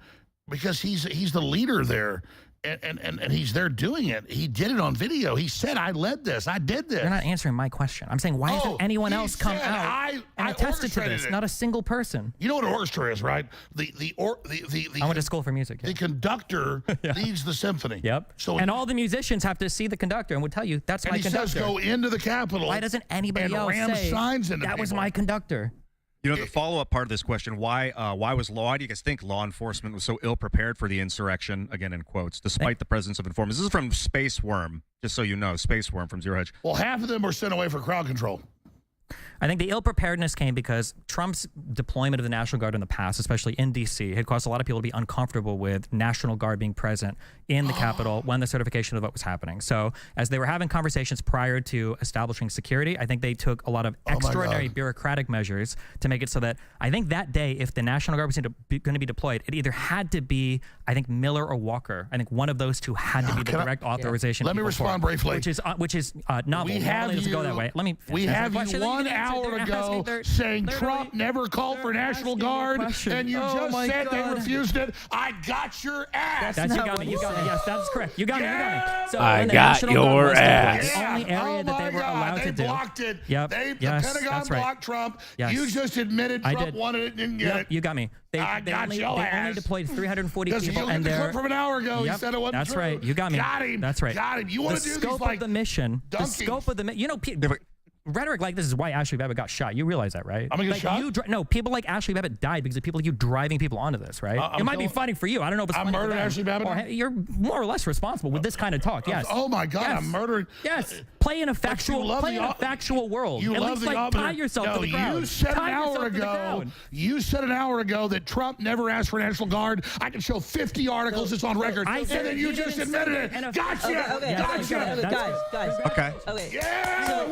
So here's the thing. 340 people were authorized to be there, but in order to actually call them to the themselves, it was an extraordinary process. When you read the J6 committee in the Situation Room and Sund and everybody else complaining, where's the National Guard? Where's the National Guard? There was a whole bunch of stupid bureaucratic red tape and optics concerns that people had to cut through to get them there. So if you believe the official story and the 15 to 20 people 1 hour ago he said Trump never won National Guard. Now Trump won it, but he didn't get it for a good reason. We're talking. Okay, so Alex, so you're claiming that this is staged. You're claiming the FBI was behind it. In 2019, you like the Gulf of Tonkin. No. You specifically said, I almost had like a form of psychosis where I thought everything was staged. So do you still have that psychosis? Well, I said almost a form. So do you almost still have that form of psychosis? You asked a question. Let me quote it for you. That's out of a larger context about when you're lied to. In a court deposition. You're not. I said a larger context of deposition. About Sandy Hook. Which is a larger... Because you said you called Sandy Hook's a hoax, and you said it was fake because of this. Sure, so you let me talk now? Okay, go ahead. Yeah, so I said a larger context, which is a larger 5 hours, 8 hour deposition, right? Okay. So I just told the truth. I said a larger context. I'm explaining that the public's been lied to so much, there's a major loss in confidence where people then don't believe anything they're told, and that's dangerous. That's not what you said. That's not the context you said. That's not the context you said it. I know what I said. But I read it. I read the deposition. So put the full thing out. I don't have it with me, but I read it. The point is, stop. Somebody Google it. You're scared to let me talk? No, go ahead. So that's a whole nother PR firm thing, things out of context to blow that stuff up. All that PR firm is telling you what you say in court under oath? You're not. We got to let Alex finish the short question, and then we're going to go back to the user's question. I mean, Madeleine Albright told Leslie Stahl of 60 Minutes, I ordered 500,000 children killed because I thought it was a good thing to do. I'd do it again. She's a great person. I question Jussie Smollett. I question WMDs in Iraq. I question everything, and I'm proud of everything I've done, and all that stuff is PR firm garbage. When I talk about the general public, because the media lies about almost everything, loses trust in anything, that creates a general form of psychosis, and it's very dangerous. I talk about that every day on my show. And Joe Rogan just last week said, you know, Alex Jones isn't totally right, but he means to be right. He's more informative than CNN. They lie on purpose, and the public has lost trust in the system. That's dangerous. What do you do? So that was the full discussion. Let me give you another example. They say in court, Jones in a custody battle said, I'm an actor. Everything I say is fake. I've offered a $1 million reward for that. I didn't say that. They wanted to put, like now, a 15-year-old video. Back then, it was like a 9-year-old video of me as the Joker saying all these horrible things. Take drugs, kids, you'll die. It's great. So kids wouldn't take drugs. It's reverse psychology. Okay. And then, hold on. They wanted to introduce that in court. And my lawyer said when Jack Nicholson plays the Joker, he's not really the Joker. And when Alex Jones is in Waking Life or Scanner Darkly or any of this stuff, when he's being an actor, it's not what he really means. In the scope of when Are you being an actor now? No. See, How do we know? How do we know? No, How do you know? see, Maybe you still have psychosis. But see, that's the game you're playing. No, I'm not playing a game. I'm serious. No. I am 99. Psychosis is a serious problem. No, when I'm on this show, this is Alex Jones, the analyst, Alex Jones, the pundit. Alex Jones, we'll get to you in a moment. Covering.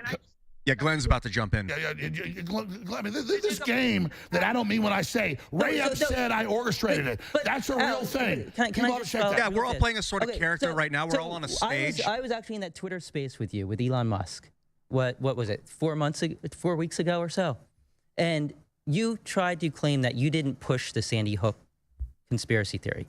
Excuse me. We're getting a field here. I'm basing this on the whole psychosis thing. I have a point. This is a field. This is not in the scope of the discussion. Yeah, we really got to stick to the question. Focus on the user's question. You lied in that space. You did push it. You did say that was fake. You said you did. I have the quote right here. Let me read the quote. The whole okay. Ed, we're done. We're done. Glenn, I want to hear from Glenn. Glenn's about to speak. But I got to say this right now. Let me finish. I said in the context of everything I've done, I wasn't the platform for questioning a school shooting. They dredged that up afterwards, and I barely ever talked about it. It wasn't even on our radar. But you said it was fake. No, if I'm on the air... You said after examining it for a year, you found that it was fake. That's what all right, you know what? That's it. We're done with this fucking conversation. We're moving on to the user questions. As told, Glenn, you had something to say? Glenn, please. Yeah. Well, first of all, I want to say that is the moderator allowed to swear at everyone? I do think that attack on Alex is a bullshit attack. We are here because we want to talk about January 6th. We want to talk about whether we're talking about something. And to try and make it about Alex when there are 6 people here presenting all kinds of evidence that you're not equipped to deal with, I think it's just a pathetic way to try and end this debate. And the last thing I want to say is it's really given like a kind of amazingly vivid mindset into the minds of Trump-era liberals who have really come to see the U.S. security state and the courts and prosecutors as their political allies in their war that they're waging against people who disagree with them. And they have this like very romanticized view of what the FBI is, what the DOJ is, how the court systems work, how the federal government works.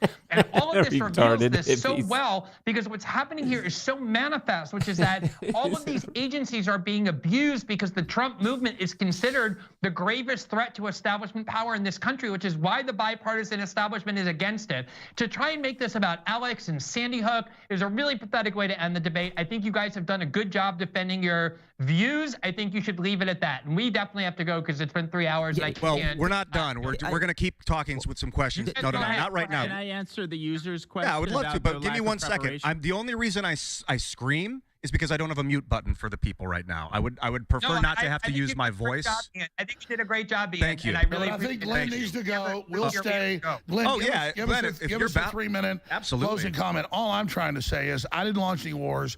I didn't lie about WMDs. And to bring that in is there was a point to it though. His point was just that if you were lying about that, or if you had psychosis about that, how do we know that that's not coming about? Half the show we talked about. I did not say I had psychosis. Half of the show we talked about feds, and you. No, I talked to. If you look at the full clip of the transcript, we talked about things. I said there's a group. There's a larger lie when we're lied to and lose trust. Then out of that, when no one knows what's true, it creates a lot of problems. So the reason I went back to that is because in that Twitter space, you said that you didn't push it. You said that you just regurgitated other people's information. And that's not true. Because you told that's not true. I want to shut this down. Okay. I want to move to the next thing. It's not that I'm scared of this. I'm sick of it. I didn't make my bones on this. I barely ever talked about it. I wanted to correct that, because that wasn't true. 22 minutes in these court cases over a decade. 22 minutes, dude. No, I didn't. That's not what I'm doing. You guys bring it up. And fine. Hey, Madeleine Albright said she killed 500,000 kids. She'd do it again. I killed no kids. Come on, guys. This is cheap as fuck. Let's talk about what the people are paying. They have questions. They want to. We have some legitimate people. I know, but Glenn says he wants to leave. I love Glenn Greenwald. No one's gone. Glenn's gone. Be forced to hang out with me tonight. Okay, we're going to the second question. Unless Darren, did you want to follow up? I wanted to answer the user's question about the lack of preparation, because it involves a lot more than the question of the National Guard. For additional context, there's the Norfolk memo coming out of the Norfolk office of the FBI, extensively cataloging threats to the Capitol, including maps of tunnels, all kinds of indications that there was going to be a major event at the Capitol on that day. There was extensive government infiltration of every single militia group imputed to January 6th. And there was a stand down?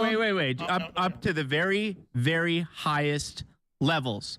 We know that Enrique Tarrio had an extensive conversation with the head of Metro PD Intel. And that's just one example. We know the VP of the Oath Keepers was an FBI informant. We know there are at least 8 other informants in the Proud Boys, including informants who were texting their handlers simultaneously as they were in the Capitol and as the events unfolded. We know of the Oath Keeper Jeremy Brown, who has been attacked and persecuted by the government. Why? Because when he was approached by JTTF agents in December of 2020 to recruit him as an informant, he recorded the exchange and the encounter and put it out there on the internet. The JTTF agent said, there's something going to happen in January. We want you to be an informant for us. We know that there were several influencers, including Milo, who parlored, or whatever the tweet version is for Parler, put out a message on January 5th saying, I was just approached by federal agents. Whatever they have planned on the 6th is huge. Don't go there. That's just a number of examples. Oh, yeah. And there was Donnell Harvin. He was the head of the Homeland Security Office for the DC Fusion Center. His predictions were remarkably specific and accurate. His office came up with the idea that we need to have body bags. We need to focus on the Capitol at 1 o'clock. Specifically, we need to be concerned with explosive planted on side streets that could serve a diversionary effect, therefore allowing for an attack on the Capitol. These are just some of the highlights of examples of the government being in a position to know in advance what was going on. And it wasn't just that there was an ordinary level of security at the Capitol, which is inconceivable when you think of the fact that there was a major proceeding there, that Trump was there giving a speech. Ordinarily, there would be threat assessments, which there weren't. It's not just that there was ordinary level of security. There is a uniquely absent security on that day, uniquely poor security on a day with a major certification proceeding, on a day in which President Trump was there to give a major speech on a very controversial question directly pertinent to that proceeding. So Darren, there's 1,250 people who were indicted thus far. How many of them brought up as evidence in court that they were enticed or led into the building or led to do crimes by federal agents? Well, there are actually quite a few. How many of those? Oh, I wouldn't count them, but it's not. But was any of that evidence actually admitted in court? In some cases, yes. But as you can imagine, the judicial process is very aggressive in pushing against any types of entrapment defenses, and many defense lawyers, in some cases reasonably so, want to dissuade their clients from entrapment type defenses because their goal is not to uncover the truth about entrapment. Their goal is to do the best for their clients in those specific cases. So out of 1,250 cases, not one of those defenses were actually pushed forward by any of those defendants. I didn't say not one. No, there are some, but not as many as you would think, but not because this isn't relevant to the truth, but because if you're a lawyer, even a good faith lawyer, you are required to give advice to your client that's not, what's most likely to uncover the full truth about the broad event of January 6th, but what's most likely to keep my client out of jail or to minimize the time that my client the truth is exculpatory. Right. I would think that evidence that a federal agent led you to commit a crime or acted in a way that made you want to commit a crime would be pretty exculpatory evidence right there. Yeah, it would in certain cases. And like I said, there are people who are pursuing that. There's a significant backlash to that within the judicial system. So even given how much it's rigged now, it's additionally rigged when it comes to those specific types of defenses because they're so subversive to the larger narrative that the government's trying to promote. Why wouldn't McCarthy put any Republicans on the J6 committee then and investigate this? Well, McCarthy isn't exactly someone who's aggressively interested in pursuing the truth on this either. Okay, why not Republican appoint wants like to a uncover special the truth on counsel this. or appoint something separate then from Congress?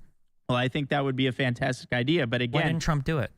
Why didn't Trump do it? Trump's not in a position to do it. Yeah, right but now. right after J6, before he gets kicked out, why not appoint Well, a special I mean, counsel? Or why it's- not in the days before if he thinks that there's... I mean, there was not a really window of opportunity for that to happen. A lot of other stuff is going on. So doesn't it suck then that like you can provide absolutely no smoking guns? I provided ton of evidence. No smoking guns. I provided overwhelming evidence. You have not provided evidence for anything. You've given overwhelming You've given a evidence. lot of stories, and now you've got an escape for every single way that you might actually discover what happened. Congress I've would been never hold long them a accountable. proponent. McCarthy. I've been long a proponent for an investigative committee, but not the sham J6 committee. Well, they tried. They tried No, doing the a fair J6 one. committee is total sham. Why is the J6 committee a sham? Well, you really want to hear a good faith answer to that? Why it's partisan? Well, let's start with Benny Thompson. Now, No, I know the people on it were all partisan. That's true, but that's because McCarthy. But that's because McCarthy wouldn't put forth his nominees after Pelosi said no to 2 of 5. well, why didn't first he put of all, forth 2 I other think ones? those 2 should have been allowed. I'm not asking you that. I'm asking why didn't McCarthy put forth 2 other ones? Because he didn't want to legitimize a process that was totally illegitimate. So how convenient for you then that now we can also say the entire J6 committee No, that it's has not hundreds convenient. It is It's not convenient for me. None of the It's evidence we can point to convenient for the is admissible regime. anywhere. No, it's convenient for the regime not to have a legitimate and disinterested fact-finding commission to truly get to the bottom of the real questions that matter in relation to January 6th. But there is no disinterested fact-finding. You guys say Comey was biased, even though he was a lifelong Republican. Well, You say he was. Raffensperger was biased, even though he's a lifelong Republican. You guys say that Barr was biased, even though he's been a lifelong Trump supporter and a Christopher Republican. Wray? Like, Yes. yeah, you say Ray is biased. Like every single person you can. Yeah. So then there are no unbiased fact-finders. I didn't except for say who? there are none, but the specific names you mentioned, absolutely. How about William Barr? And Is he biased? How about yes? So all these Trump appointees, Trump. Yes, so he Trump's the made best terrible person ever appointments. to hire people, right? That's Well, what he I didn't said. say that's not my Well, that's what he contention said. here. Who would be able to investigate this? I think there are some people who could.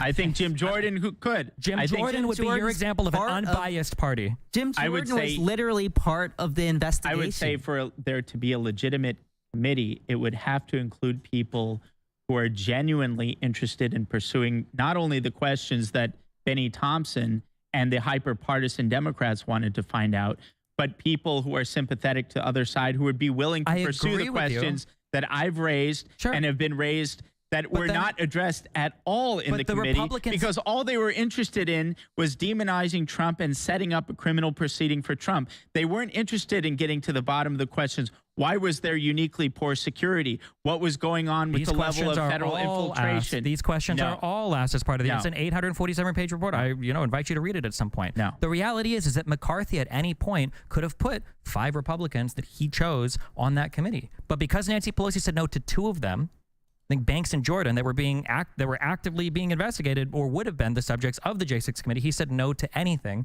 and now we get to say it was all a sham, even though the majority of the people interviewed were Republicans. Even though, as was stated Well, that's not earlier, that you're, every you're, single you're person banking near a lot Trump. on the Republican issue, but it shouldn't be a surprise to you. Many Republicans, institutional apparatus of the party, is Can I ask- not can I ask a necessarily question? friendly Sure. to Trump. I There are understand. I many agree. They maybe they don't. Republicans Can I that are ask a question? hostile Sure. to Trump. If every single person in government, if every Republican, if every Democrat, if every judge, if every person in the United States that is in Trump's peripheral ends up hating Trump or not wanting to work with Trump, at what point Well, do you we're not say? saying At every. what point you are? but At what point? Christopher At what Wray point- is wait, not, At what point? At what point do you just say? I've been gone maybe- for 10 minutes. Maybe Let me the respond. problem. I've No, been you're not. You listening. can't just run back and you're cut me off. Okay. No, I've been At what listening. point can we not I am. say maybe Trump was actually genuinely a horrible person, or maybe Trump actually genuinely did try to circumvent legal processes in order to coup the government, or at least whatever you would call him asking Pence to unilaterally Biden elect the is government for trying to him? make it his #1 campaign issue about January 6th. It should be the #1 campaign issue. Wow, not inflation, not open borders, not human smuggling. You had a not president World try War to III. circumvent the peaceful transfer of power for the first time in U.S. history. This actually takes me to the next question. This is going to be our final No, question. Trump's for not the been night. convicted of anything. This is a question Not yet. from let's see, who is it? Fred C. And the question is, will Destiny address, quote, is white supremacy the biggest domestic threat faced by the United States? And I open it up to the panel after you give an answer there, Stephen. Domestic threat. I don't know how the FBI judges domestic threat. It wouldn't surprise me if there's a lot of crossover with like white supremacy groups and then being like organized like a domestic threat. But my guess would be domestic threats in the U.S. is probably fairly low to the total security of the U.S. So I don't really care that much about it. I don't know. But that's the official policy is white supremacism is the #1 threat. What is that? That's not a policy. That's a statement. No, that's an executive order in June of 2021 put out by the What are the negative policy choices or what are the bad things that are happening because of that declaration? They try to skew crime numbers. They say everything is that. I mean, this is like a major they say deal. They skew crime numbers, say everything is that. What do you mean? Do we not count crime by black people anymore? Didn't we just get all of the hate crimes against says Asian the #1 people? crime is white people. They say the #1 crime is white people. But they do it statistically by manipulating the numbers, yeah. I don't think the FBI is in charge of manipulating the numbers. The FBI is not involved in crime statistics? I didn't say involved in crime statistics. I'm pretty sure you can go to the federal. There's a name for the site that has like. I don't believe you're like hiding under a rock somewhere. You've got to know he gave a speech for an hour yesterday saying the MAGA people are terrorists and are about to take over. I mean, you don't know. You just said it's good that Biden is running on January 6th. I think January 6th is a huge deal. Yes, the president trying to circumvent the peaceful transfer of power is a really big issue, and that's why he can't be allowed to be voted for. No, that's not why he can't. He's not allowed to be voted for because Section 3 of the 14th Amendment says that if you have been a prior oath taker and you have been engaged in rebellion or insurrection, you're not allowed to run for office again. We have to be clear about what's really happening. The standard Democrat voter, these people don't care about the so-called insurrection. That's not Biden's audience. Biden's audience is to speak in support of this phony legal theory that's being served as a pretext to remove him from the ballots. And therefore, in the defense of democracy. I agree. He's trying to rally the deep state, saying Trump's going to persecute us and arrest us if we don't stop him because they've committed all these crimes. So I mean, fact is the Supreme Court's looking at it. They actually decided to take the case. So it doesn't matter what any of us think. The Supreme Court's going to rule on it. And I think, whatever they decide is what we're going to live with. Well, let me ask this. What happens if Trump gets reelected? What do you mean what happens? Well, what do you think? They've still got criminal investigations, criminal trials. Oh, so you mean if he gets reelected before being sentenced, if he is convicted? Yeah. I think he just takes over being president. He'll pardon himself or give the presidency. And I don't. He didn't persecute his political opposition when he was in.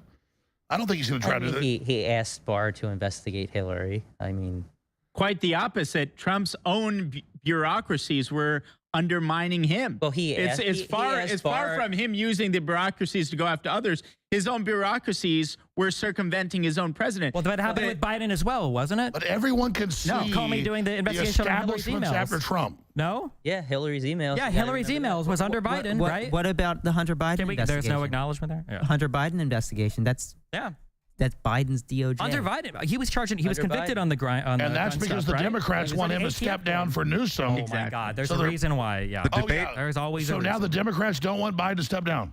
That's admitted. There's an explanation for everything. Who are the Democrats? The debate continues. No, the dominant Democratic Party wants Biden to step down. It's been all over the news, and they're putting pressure on him to do it. You're saying that's made up? He's not going to step down. That's not. How does he step down? Because you still need to have a primary.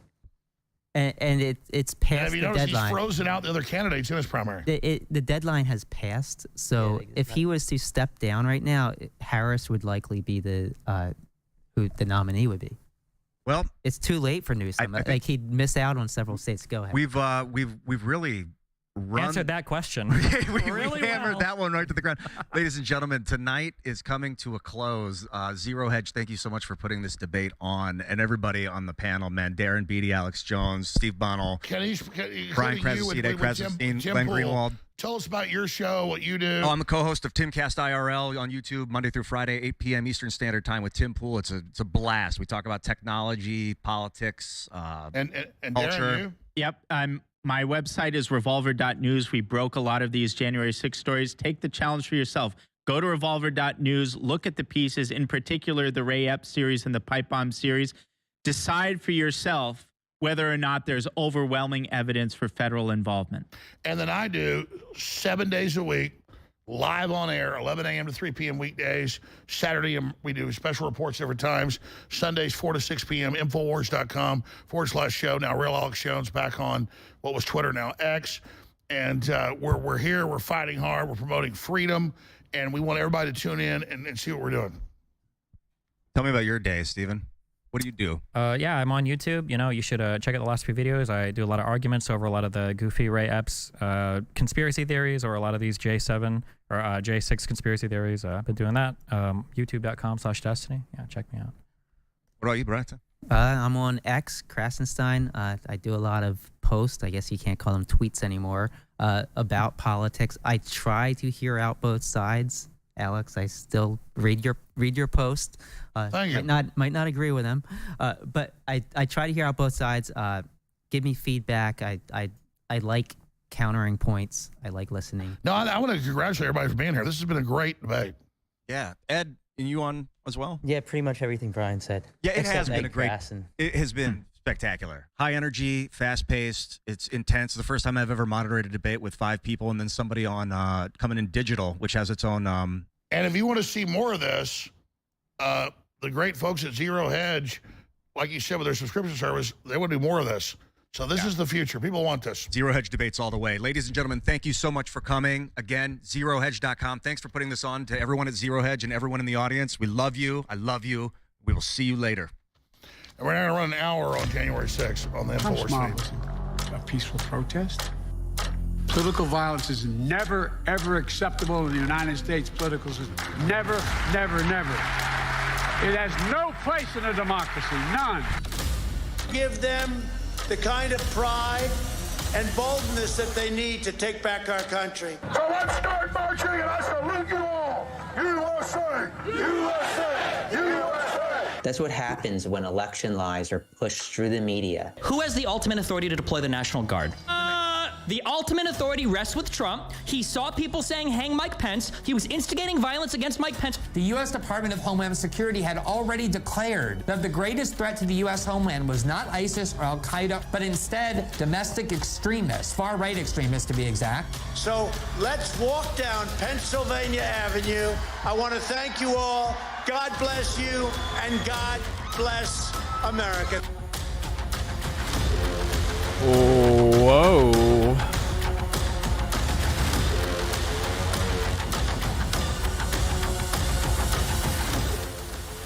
Thanks, Matt. You have the patience of a saint. Shout out, Jason. Shout out to everyone who's stopped by today.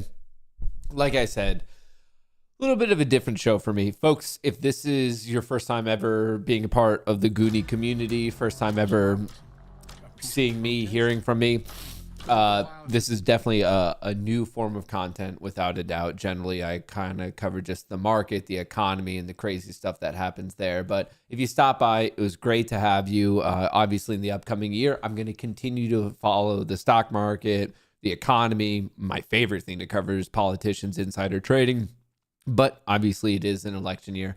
So it'll be interesting to see where things take us, because I have a feeling that we're going to have a lot of craziness. So, hey, if this is your kind of thing, and if you like this type of community, it's completely free. Don't forget to subscribe on Rumble. Don't forget to subscribe on YouTube. I do appreciate all the good vibes. I appreciate you spending even a second of your Saturday night with me. So thank you, thank you, thank you. I'll be catching you guys on Monday. We're streaming again. So hope you catch you there. Other than that, have a safe weekend. I don't know where you guys are. I'm in the northeast of the U.S. and we're getting nailed by a snowstorm right now. So be careful out there no matter what you're doing. And if you're not careful, at least have a super good time doing whatever you're doing. That's what I have for you. Peace out. I'll catch you in the next one.